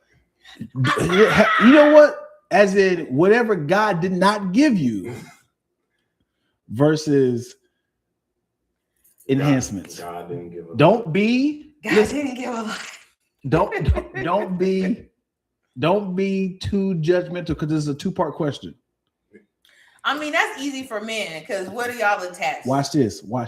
This is what happened. This is the trick question. Mm-hmm. So this is what happened online. There was a guy who has a micro penis. Mm-hmm. Right? He has a micro penis. It is literally like this, right? Mm-hmm. He got the surgery, which provided him length and girth. And now people's like, women are like, this is not fair. Mm-mm. Most men are blessed to have this length and girth, and you got enhancements. And I was like, wow. What did they put it in? Fat? You just stuff it with fat? I don't know how they work. I don't know how it works. I seen a video. You saw a I seen a video. little description video. Yeah. So say this is right, and like this is your body. They cut it and they put like a cast, like a hard cast, so it extends it. So you'll basically have a cast inside that will handle the muscle to extend it. Wow, that was long as hell. They doing that. Yeah. I might need to sign up. Shocker. I might need to stop in. It was a while when it first a while ago. That must be the Zoom version. Like the first. So now what are they? Yeah, what are they doing now? Mm-hmm. But then is there a device or naturally does it just when his muscle gets hard? It's like a cast. Like if it only gets to a certain point, the cast will like extend it. It's like a Chinese yo-yo. No. So you like this, what? And you lock it. It might be like that. It might be like. Listen, technology is doing new It's things. called RoboCop. they over there in Asia making up shit every day. Okay, they be on it. So do I judge somebody with the enhancement? So the whole trick question is, the women were like, this is not fair because you wasn't blessed with that. As in, like, now you can't just have these fake, pretty much dildos showing up to the bedroom with these long, thick peens that wasn't homegrown. And I was like, but does it work though? Is the question? Because I mean, how am I gonna know? You won't. You won't until you realize, like, this nigga has not came yet. So y'all telling me out here with bionic bionic pins out here? What's going on? Hey, let me tell you something. I'm doing Does pretty it well. Vibrate? That's all I want to Nigga, know. that's a bar. That's a I just bar. want to know, does it vibrate? Yes. Here we go. Two hands. This button right here is like this, go like this, like that. Okay. Because if I can control it, right? If I can like get the handle. Oh, hell no. All right, let go. What are you doing? If I can be in control of the beginning and the ending, Oh, that boy. might work. It's like, sweetheart, I gotta go to work. No, you're not done yet. I gotta go to work. I'm trying to get it right. Yeah. Come on, let me go. Why you got a seatbelt on me? I can't get up. Could you imagine, like, you're just trying to live your life and your wife is like, yeah, right now. Yeah. Matter of fact, leave that. You can go to work. Detach Is it. it detachable? Nah, Oh my nah, God. that's so When funny. you come in, she cut the dick off. Right. Cut it off. You're gonna be limp all day. Yeah, that's what I would do. I'll put a lock on that bitch. Oh, Like, let me keep boy. Boys it. going to Miami. All right. I'm Yeah. gonna take the Yes, remote. I'll be keeping the remote. Have a good time, honey. Have a good time. No, so that was a big argument. And when I say I couldn't wait to talk about this because they were like, it's not fair because like the guy was like tiny. They showed the little image. Not the little image. It was extremely tiny. It started with hair. I've dated white men, so I know. Yeah. You date? Oh, I've dated white Oh, like men. exclusively. Oh, you date. No, I've dated white men. But yeah, and all these women was like, it's not fair, it's not fair. And I was like, man, you get titty enhancements, you get booty enhancements, they get BBLs. Why can't we get BBLs? Why we can't It's get not this? their hair. Why we can't? Huh? Oh, That's the hair. first one. It's Mhm. Not top to bottom. Nigga, yeah, not your eyelashes. And it's not your eyes. You don't look like that. Then they don't have the same glitz. Yeah. I mean, yeah. Don't have side teeth. Right, the whole nine. Listen, I got a fake tooth right now. I was about to get my pull. When I tell you, that's a whole different story. Because you need that fake tooth, though. Yeah. Don't play with that. If Yeah. you got teeth pulled out, you need a fake one. Yeah, but nigga, wait till you get older. Your teeth is like, fuck this, I'm out of here. And right at 40, teeth jump out your mouth. Yep. Right at 40. Yeah. So you be like, let me go ahead and save up for that implant. And what's crazy is you forget, like, oh, these teeth are forever. Forever. This is not like body fat. Yeah. It's not like you can get in shape with your teeth. And it's like the only bone that doesn't grow back because all Right. your other Yeah. bones grow back, Yeah. but not your teeth. Yeah, this is forever. That's why you can't talk about people and they. And Yeah. that's why you gotta take your ass to the dentist Yeah, and get your cleanings and your checkups. you get and self-conscious now, ain't you? No. I went No, you sadly. got nice teeth. You look good. I went a good 7 years without going to the dentist. And I'm just young That's scary. 18-year-old, Yeah. young 18-year-old, just like, I don't have any pain in my mouth. I'm fine. I'll brush my teeth every day. Yeah. I went there, it was like, you have cavities in every crack of your teeth. Yes. Cause like you don't floss. Yes, flossing. Yeah. Flossing was like a massive invention. Nigga, like people were dying from before lack of flossing. Yeah. For lack of flossing. When I was 20, I think I was 27. First time going to the dentist by myself, as an adult, they was like, "Sir, you are doing this all wrong." Right. It's like, but I mouthwash. But you know what? That's a real thing though. There's a real gap between like No pun intended. childhood, between like childhood healthcare and adult healthcare. Yeah. Like there's just nothing in between like 17 and 27. Right, like right. there's nothing. Because nobody ever showed you how to set up a doctor's appointment. Yeah. Or even what to do. Like most people, it's like, or it used to be Planned Parenthood, right? That was like your first real doctor appointment. Yeah. Like, let me go get these STD checks. Yeah. Other than that, niggas ain't know what's going on with their body. Nigga. And until it happens, like, hey, doc, something's leaking out of my penis. Yeah. Literally. I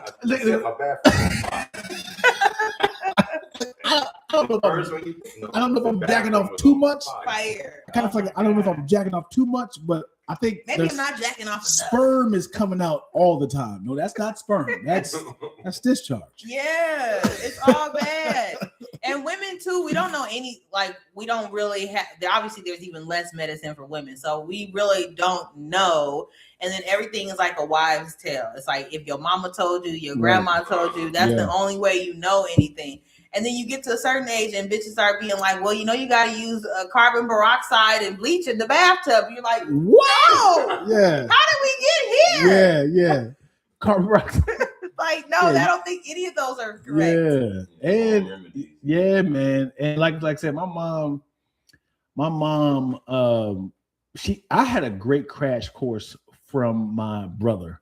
I was like, oh, that's how you get herpes, or not herpes. That's how you get crabs. I got it.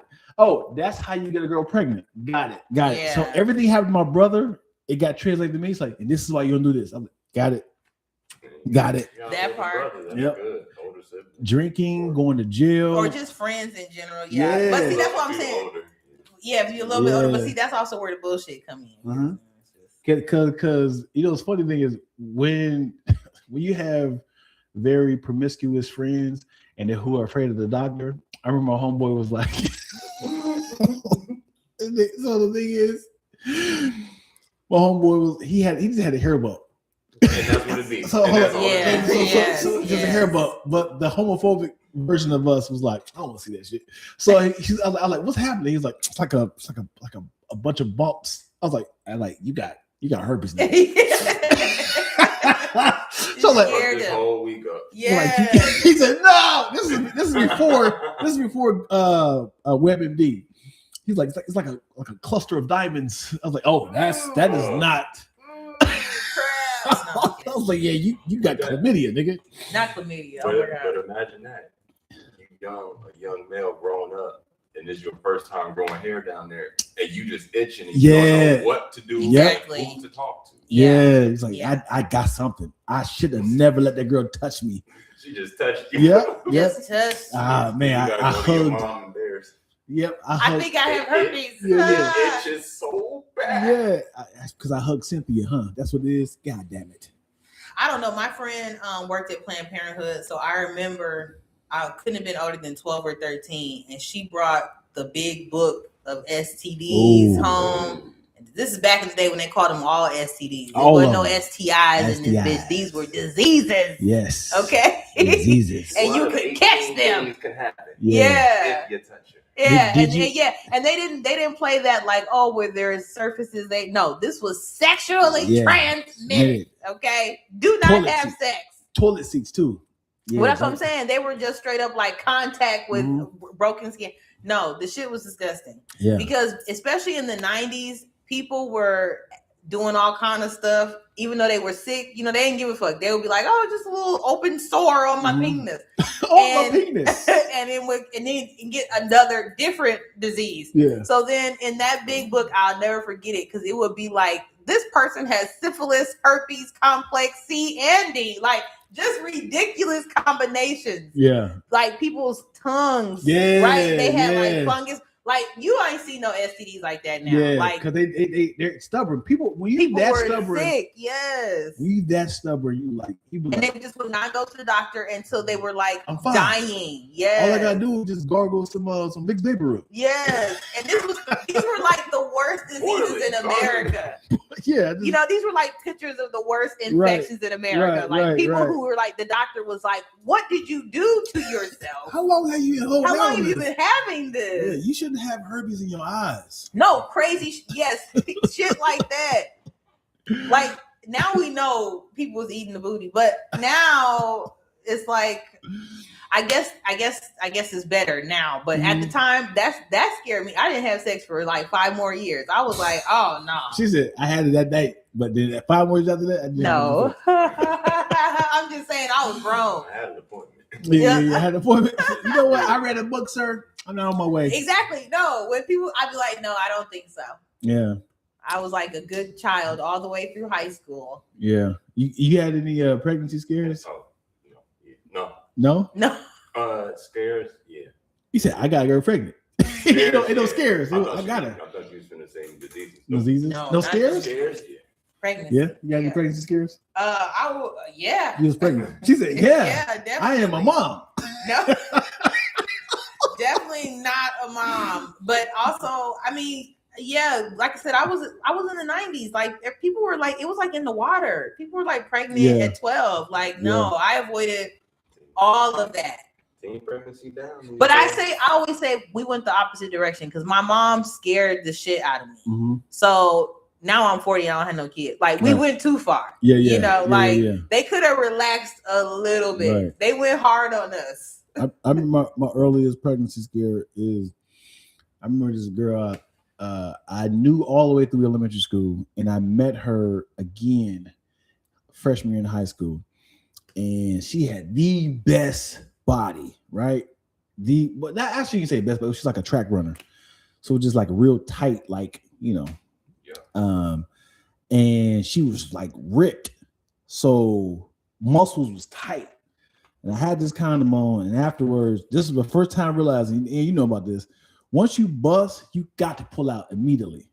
Because once you get soft, it gets smaller, and then the condom gets loose, and now it's a mess. yeah. Now you're making a mess. Right. So I'm on top of her, like, whoo. I was like, God damn. I was like, let me get on up. And then that came up, I was like, she's like, what? I was like, I don't see a condom. That bug was way up in there. I said, I don't see a condom. She's like, what? I said, I promise you I had a condom on. I promise you. She's like, you know, my first name is Roderick. Roderick, why? Why would you? I was like, I promise you. She's like, fuck.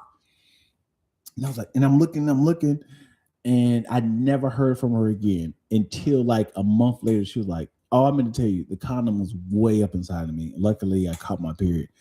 And I was just like, how am I gonna tell my mom? I was so scared because I was like, I definitely released the Kraken. Hearing about it. Oh my God. I definitely released the Kraken. I was like, did I bust? I definitely did. All of it and squeezed out like a Go-Gurt. I'm happy I waited until I was an adult. That's all you glad you waited? Yes, absolutely. I thought you were going to say how you have to get it up out of there. That's when I have. That's when you have to I have. Mr. Fantastic. Yeah. And you stretch your hands up and you feel the rib above you, like. I mean, that happened to me once, but I didn't even know. And then it was like a couple days later, I went to the toilet and it came out, and I was like, "Whoa!" I was like, "Has this been here for several days?" What the fuck? I don't need a degree to be a gynecologist. Yeah. Well, then as a woman, it does it naturally too. Like it naturally eventually pushes it out. Like I literally did not know it was there. Like you can't even feel it. And then it was just like in the toilet, bloop. I was like, what's that? Yep. I heard there was a story like this where a girl, it was stuck in there for like a good 4 months. No, that's gross. That's rough. And then she said, then it's flipped over. And then she got pregnant because the condom. No, stop it. I will send y'all the video. No, that's gotta be. Listen, I really be grossed out. I be hearing the craziest stories. Cause remember that show? It used to be it was something like I gave birth in the toilet or something. What was that show? It was like they didn't know they were pregnant until they were delivering the baby. Oh, that makes sense. Yes. Well, unless you're a big girl. Well, I mean, I'm sure, but it can happen to anybody. Honestly, it can happen to anybody, just depending on like the biology. If you go 9 months without having a period, Yes. would you be like, something's off? But no, they get their period. That's the issue. They do get the period. Sometimes women still get their period, especially if they're overweight. Yeah.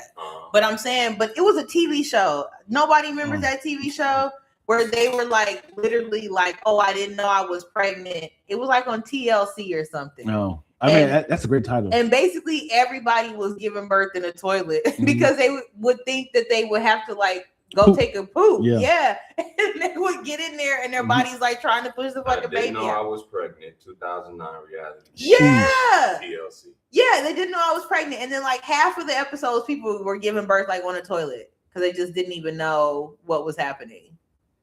Like, that's the type of shit I'd be like, how? Yeah. God damn. The whole time you in boxing matches. You were slip and slide contests. Working out. Doing all kind of shit. Eating sushi. All the shit you're not supposed to do, right? Smoking, drinking. None of that shit matters. You doing electric worm. You doing electric worm contest. Right? And then it's like one night you got indigestion. You're like, man, something don't feel right. Something feels peculiar. Yeah. Hold that crack and cocaine until I get done off the toilet. Could you imagine? You're like living your life and you go to the bathroom and a fucking baby comes out. That's crazy. And then you be like, gotta pick it up out the toilet. Nope. Literally, no, like, what is this? not a note. Not a note. Just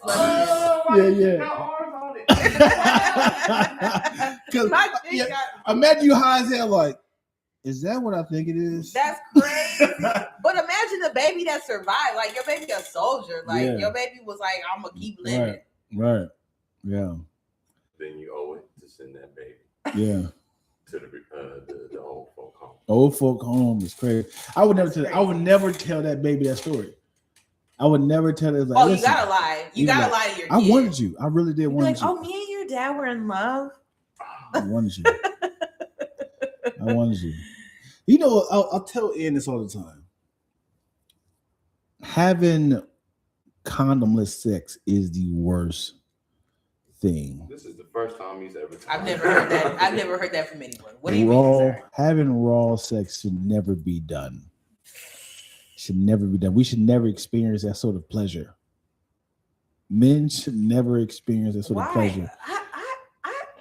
Okay, finish this thought because I'm confused. I got you. We should never experience this because what happens is your peen is yearning for that feeling all the time. Mm-hmm.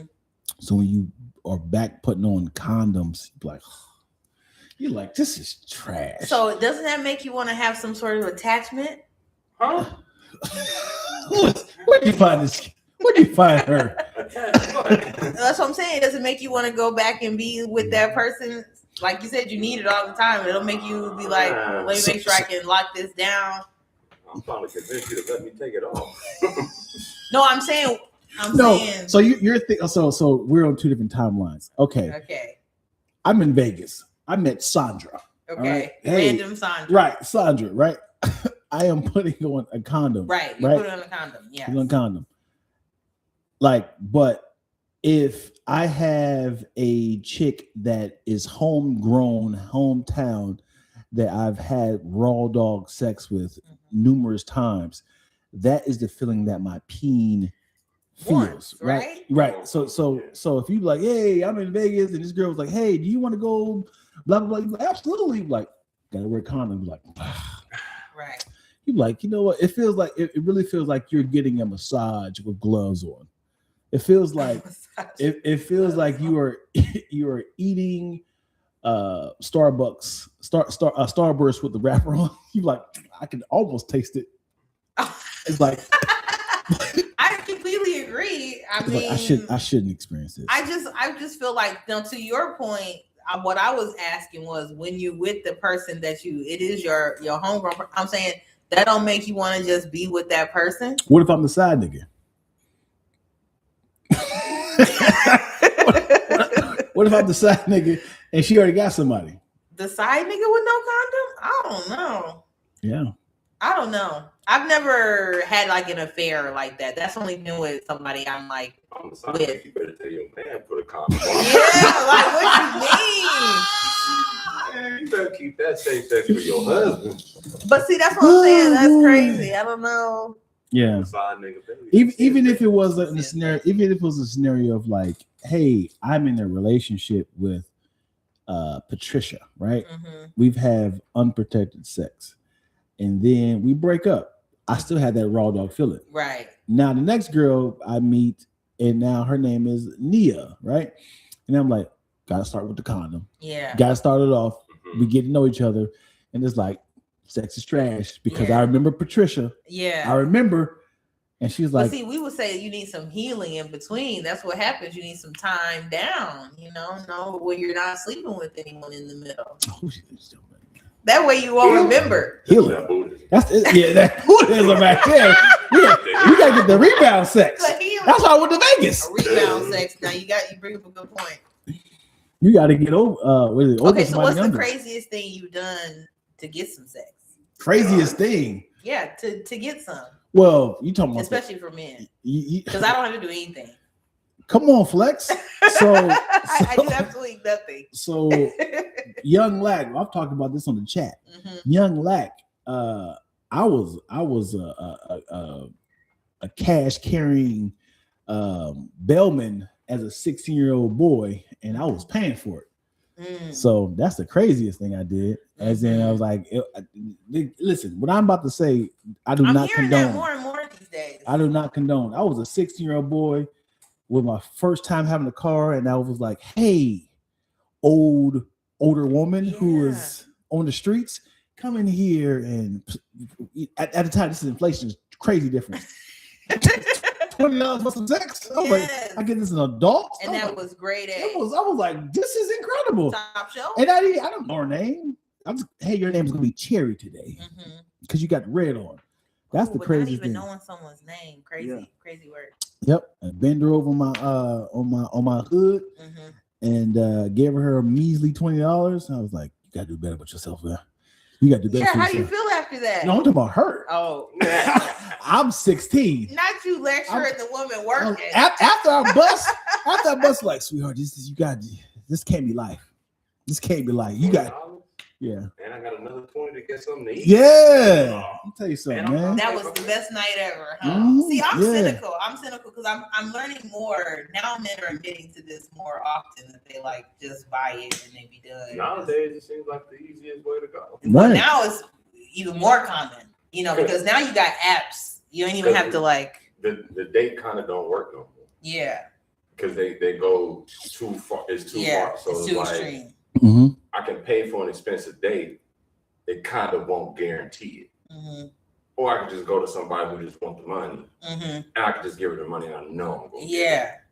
But then I just feel like, I see this is where men and women are different. Because that just feels like there's no substance. Like the only substance is the small in between where you just meet somebody and you just, hang out. Get a little slice of pizza, get a little ice cream, get a little something, and then she just go to town.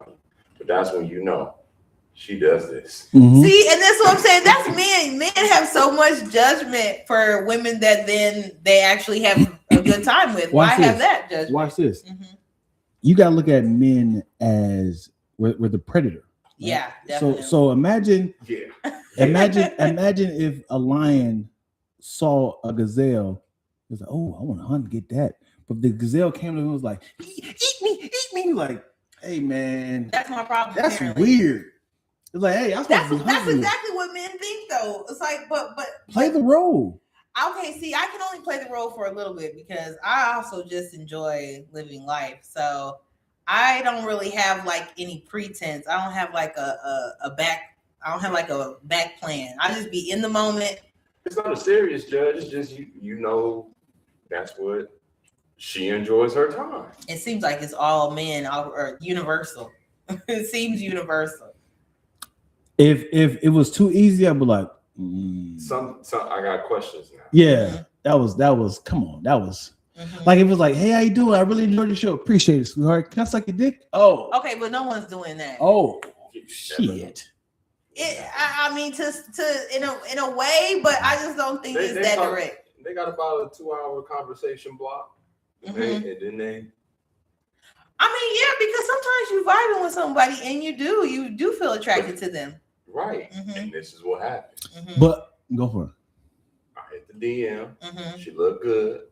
We vibe. A day go by, I see the mutual followers. You hit your friends. Do you know this girl? Yeah, she's cool. You know, if you're gonna have a good time, you're gonna have a good time. All right. Say that's a Tuesday, you talk to her. A Wednesday, you get the information. A Thursday, you see her, and you bust it down. And then you go back and you say, man, I just met her and I did the thing. You know what he says? Oh, I had that years ago. She's way easy. And then you tell your next man, oh yeah, we had that too. See, I never lived in an environment like that. I've never been with somebody who could be like, call their friend and be like, remember sleeping where? Like that's never happened. But that's the age we live in. Yeah. We know too much. And we know too much so fast. So the 90s is different. You meet somebody, you don't tell nobody knows. I mean, but even now, I just living in LA. I'm not like in a circle of friends where I slept with some friend and I talk to another friend. Like no one's ever gonna be like, have you ever slept with her? You can put that on Facebook and nobody's gonna respond to that. Like you can blast it across the universe and no one's gonna say like, yeah, because people just don't. I'm not in a community like that. My circle not that small. If she got too many male followers. I don't know. That's not bad. That's not bad. Male followers? I don't even count the followers. I don't know how many people follow that are men or women. I think men do enjoy like I accomplished this. I think men is like, you know, hey, I think you are gorgeous. I would love to, you know, converse with you and take you out. Maybe they enjoy the hunt, and then it was like, man, and I got to pay. It paid off. And now we're sleeping with each other versus like, hey, how you doing? Nice to meet you. And then it's like, hey, you want to go back to your house? Like, come on, dude. Well, I guess I was just a whore all of my life. So I never really had a whole lot of like You were a whore? So you was immediately saying I mean, especially when I was younger, I was just like, oh sure, whatever. Like But were you it's not even about if he had said, hey, would you want to come to my house? That's cool because he's like, I offered the option for you. But if you was like, oh, I'm No. I never pursued a man. This is what I was trying to say before, because I feel like I've always been I don't know if it's like a culture training or whatever you want to say, but I've always definitely been the pursued person. Like I don't believe in pursuing a man. Like that's just ridiculous. So in fact, you have to love bomb me because I really will not know. I'm so like you're ignorant to somebody flirting with you? Absolutely, especially because men are liars. So I literally have in my mind, I'm like the Shira 7 before Shira 7. I was like, all men are liars. They just gonna lie. Don't believe nothing they say. Especially like I was talking about before, like back in the day, you got all your knowledge from your homegirls, your aunties, your grandmas. Okay. All the women in my life are like, men ain't shit. Don't believe nothing a man says. So by the time I was like comfortable enough to like even have a little boyfriend or whatever, I was just like, okay, well, let's just do it. Like, what we waiting on? Like, you know, because I'm like, it's that's not what you want anyway. Yeah, and it wasn't like everybody was just like, oh, that's all they want. And there's no point in like a build up to that because it's just not necessary. Yeah. Now, I will say now I feel like, well, now I'm old, I guess. But now I'm like, you know, it's better to be friends and really have like a friendship with someone. But it's hard to tell because it don't matter. Yeah, it don't matter to men. None of it matters to men. So you know why? It don't matter no more is because the options. Sure. I was talking to a friend of mine. Even if you are the best candidate for a relationship, the issue is the options of other women, like on dating sites. You'd be like, so most of the times you'd be like, she's cute, swipe, swipe, swipe, swipe, swipe, swipe, right, all the way through. You are the best candidate. You are y'all match on everything. But this one is like, hey, what you doing tonight? I'm lonely. You want to come over? I made some food. You want to come over and eat with me? So this is who you competing with versus like, hey, how are you? Where are you from? You're doing the basic. See, I don't do competition either. I'd be like, they can have. They don't even know. You don't even know you're in competition. But that's what I'm saying. That's what I'm saying. I'm not in competition. Yes, you are. If you were on a dating site, you're in competition because it is a copy and paste for all of them. Right. Yeah. Well, no, you're right. You're right. That's what I'm saying. That's where I get lost because I'm like, you good? Bye. Like I don't have it in me to be doing all that. Yeah, for sure. Because there's other women is like, what you doing tonight? Absolutely. And because the thing is, every man is just putting a seed in some girl he wants to smash. Hey, how's your son doing? Oh, that right there is like, I care about. Hey, I was driving by your neighborhood, just wanted to see how you and your mom doing. Everything's good. That's just a seed. It's like, wow, he remembered that me and my mom had some issues. Mm-hmm. Just a little seed is like, hey, I'm still around. By any chance you weak? It's all good. Well, that's the thing. That's the thing. I feel like whenever I entertain a man, at that point, I'm just surrendering because I'm just like, all right, let's just see where this goes. See where it goes. Yeah. So it's like, hey, I'm just checking. Hey, I remember you said you like Jason Statham. I'm about to go check out this movie. You want to join me?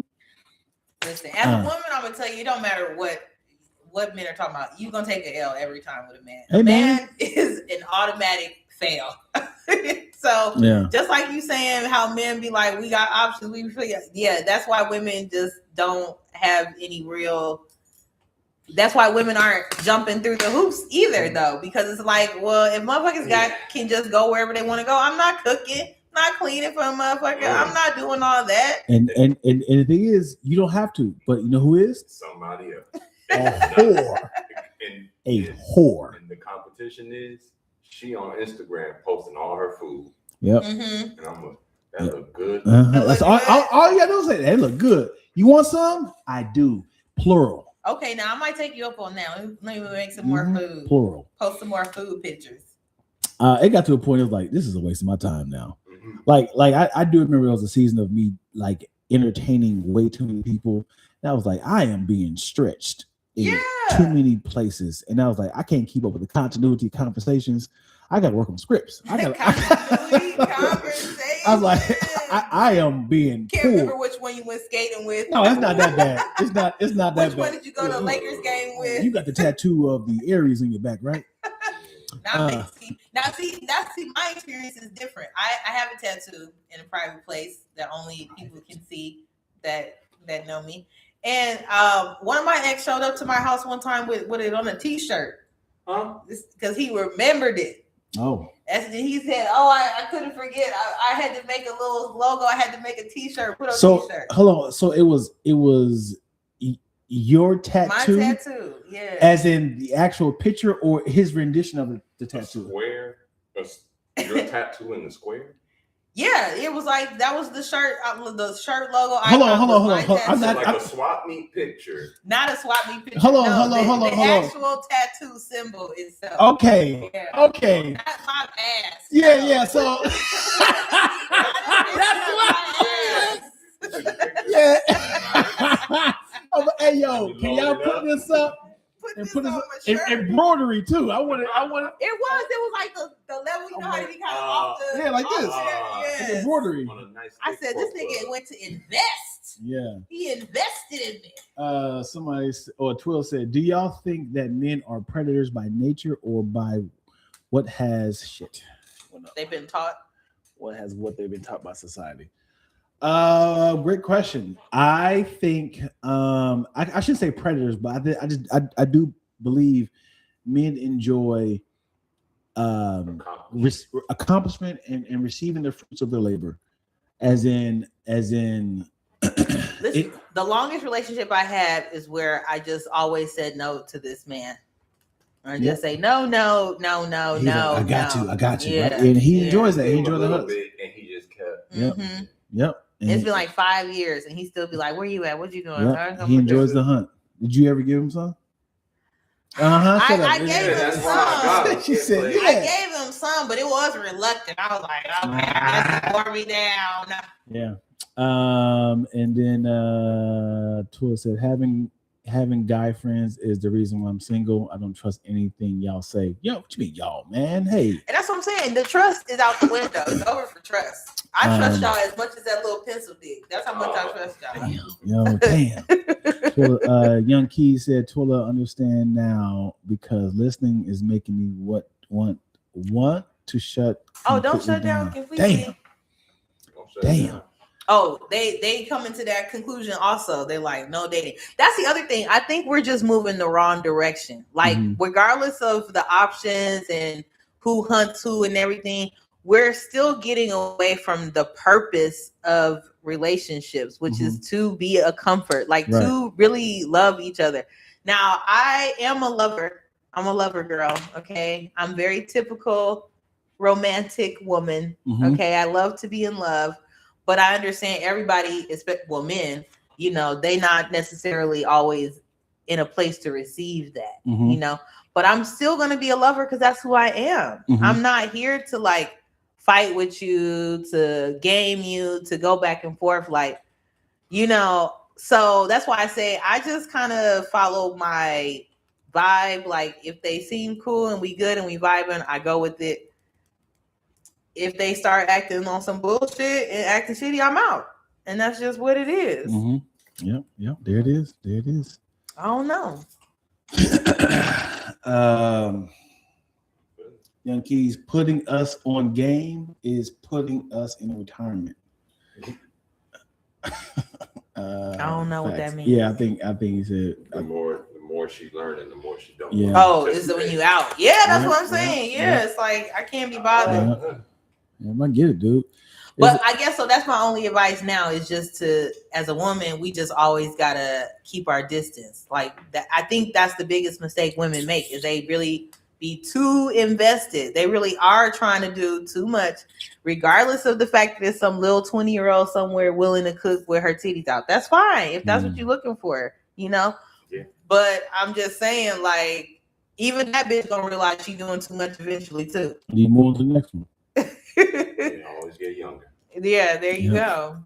What's his name? But do they get richer Leonardo though? DiCaprio. And he swap them out. 23. But see, he also rich. See, I think that's the other part of the equation. I think a lot of niggas is missing.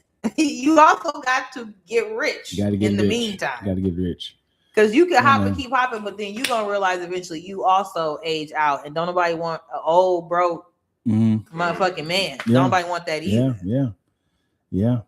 At the same time, no one wants an old woman. That's not always true. Because there's always going to be an older man. Listen, if you're a 60-year-old man, I'm your girl. Hit me up. I'm a hot young thing. So as you said, if you're a 60-year-old man right now, I'm the hottest thing walking. He has to be 20 years. Absolutely. Got it. I just now you talk about the dating profiles. When I was on a dating profile, I always set my age lower to get the right age man. Oh, that's nice. Because see, when you're 40, you can't get a 40-year-old man. There's no 40-year-old man. But if you make it 20, then all of a sudden 40-year-old men start hitting you up. You know what? Now you spitting the gospel. Let me tell you something. I've never been on a dating site. That's my game. I'm putting ladies on. That's the women's game. Just lie to these motherfuckers. That's basically. I've never been on a dating site. But if I do, I'll say I'm 65. If you want a 40-year-old woman, yes. If you want an age-appropriate woman, yes. And they be like, you look good for your age. I'm like, yes. And first of all, though, I'll put mine lower and people will still be like, damn, you look good for 30. I'm like, luckily I'm 40. Yeah. There it is, ladies and gentlemen. We did 2 hours, brother. We did 2 hours up in this mug. I have a comedy show in 2 hours. Yeah, and I gotta have a meeting soon. That's cool. Yeah, we did. It was fun, right? It was fun. Yeah. Let me just shout out. I'm Freedom Lover Films. I'm also on YouTube. Freedom Lover Films. Tell the people what you do. That's what I was just gonna say. I'm also a filmmaker, but I am trying to do more comedy because I'm broke out here, so I gotta start. Oh, you think money pays? You think comedy pays? Listen, it's either become a politician or a stripper at this point. Or politician stripper. I mean, at least a stripper's respectable.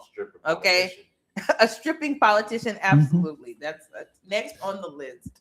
Okay, but make sure you vote. Make sure you get to the polls, baby. Get to the polls. Oh, 2 polls is crazy. Okay. Vote polls.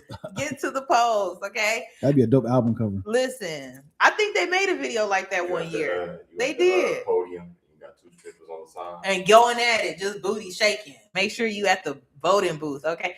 But listen, I'm a documentary filmmaker during the day. I'm an anthropologist, so I do a lot of traveling. I went to South America, got some good ass dick. You know, I believe in international dick.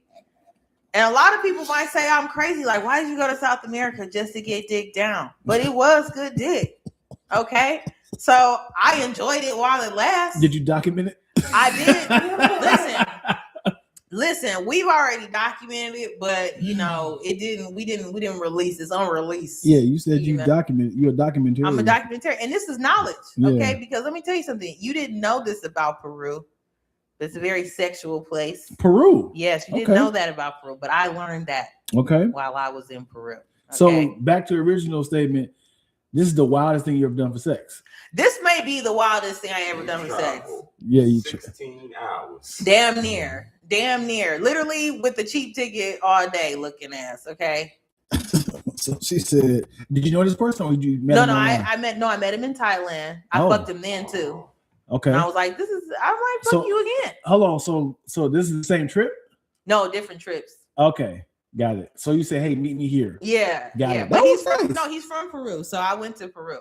But I met him first in Lima, and then we met again in Cusco. So we just been traveling, meeting up to have sex. I think that's great. It's phenomenal, but a little expensive. Just meet me at my house. Well, is he married? First of all, no, he's not married. The way you say it that was like, I can't do that. Say that should be on the list too. But to your point, you're absolutely right, because that's what I should have done. I should have just been like, now you got to come to America. Right. That was my mistake, but I just wanted some dick. That's what I'm saying. I don't be having a whole lot of extra. It exists in Los Angeles too. That's what everybody said, but you know what? You know what though? It was like I gotta get the turkey implant. That's what everybody says, but you know, I like my dick with a side of banana tree. You know what I mean? Like, I want to wake up in a tropical location. I want to wake up with mountains and shit. You know, I like a different scenery. So you telling me? I'm a traveling bitch now. Yeah, okay? I want to look out and see the trees. Yeah, I want to see some different shit after I suck some dick. You know what I mean? I don't want to suck dick and then go see the same street I always look at. See, look at the apartment backyard. Yeah, I want to look at the regular garbage pickup. You know what I'm saying? When I'm sucking dick, I want to see the ocean. You know, I want to see parakeets and shit. I want to see some whole other shit after I get done fucking. That's so funny. That's funny as hell. It is the flex, is the okay? flex she thinks it is. What? She said it is the flex. So I just feel like that was the wildest thing I did. Now the thing was, I support this. Thank you. Now the thing was, I'm a filmmaker, so I also got the benefit of making the film. And I told you that's what he was mad about, because he ended up paying for all of that. So hey, so now you used him, he used you. And that's all I'm saying. I'm not gonna be the only one getting fucked up in here. You know what I mean? Fair exchange. Not to mention, you always have multiple boyfriends. That's the last bit of advice I'm gonna give women.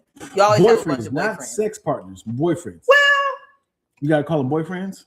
I call them boyfriends to keep things simple. You know, I don't want people getting too confused. I'm old school. So you gotta call them boyfriends. They're boyfriends to me. So what Ian, turn around. what is what's considered a boyfriend? I mean, by the time we fucking, you definitely my boyfriend. I don't really play that whole like we ambiguous. No, we go together now.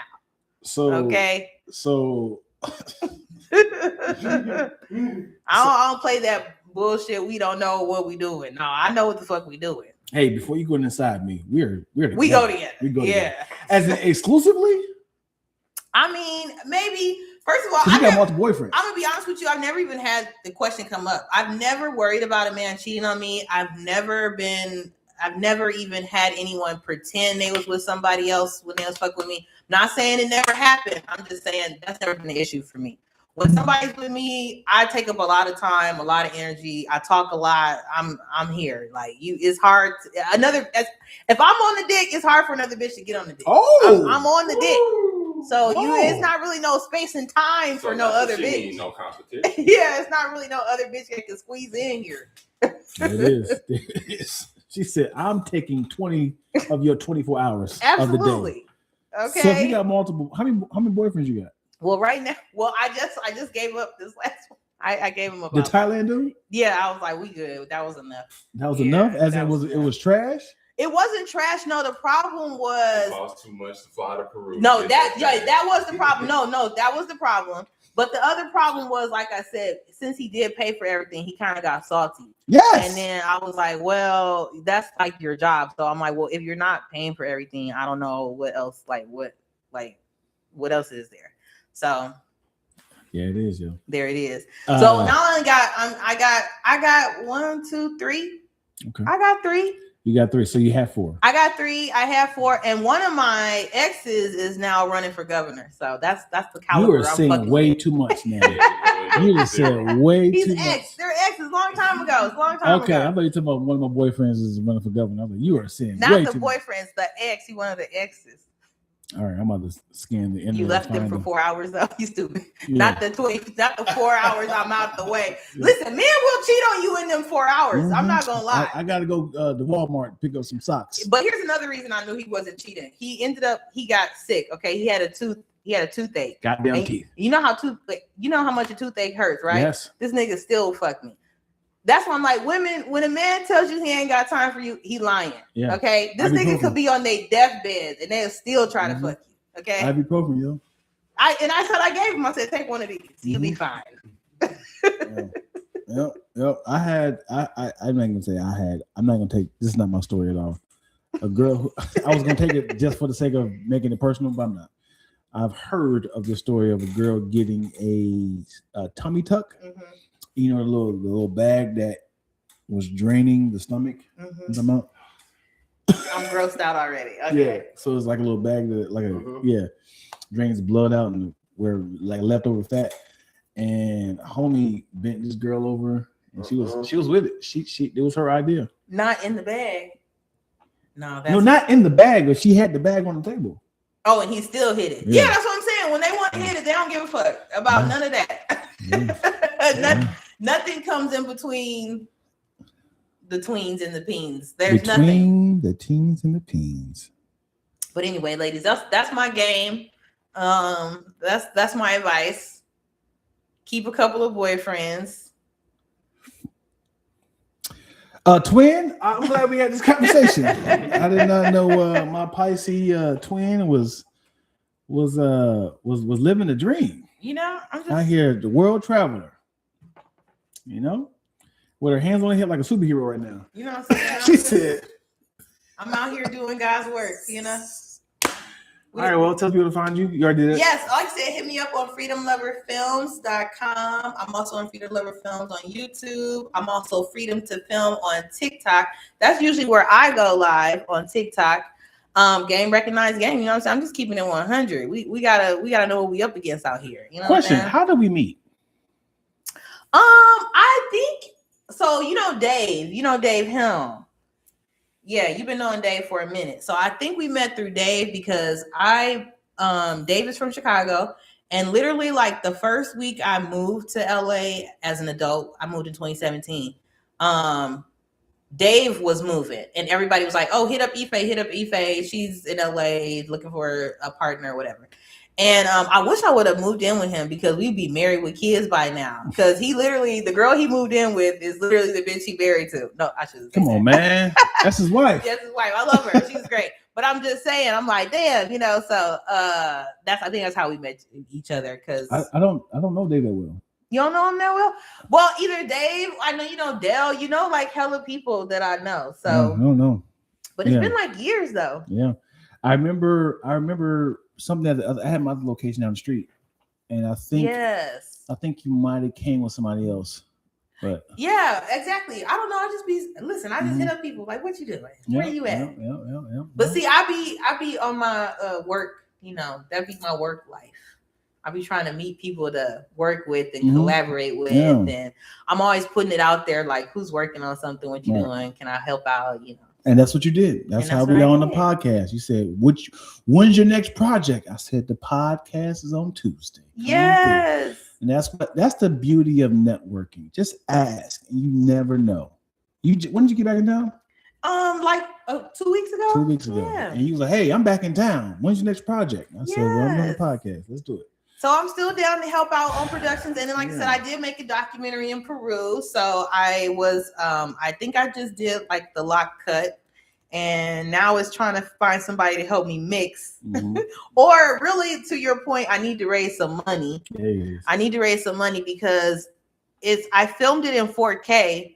But when you edit, you can't really like edit in 4K. And so the time that it will take to like transfer the footage and to redo the project and to do the audio mixing, you know, I just want to pay somebody to do it. You gotta have a powerful computer for that. Yeah, it's the computer. No, and my hard drive broke. Like everything that could go wrong has gone wrong. Okay, the devil's function is out here, but we survived.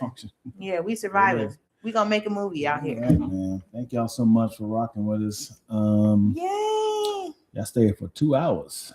That's man, what's we up. are out of here, y'all. Toodaloo. Bye.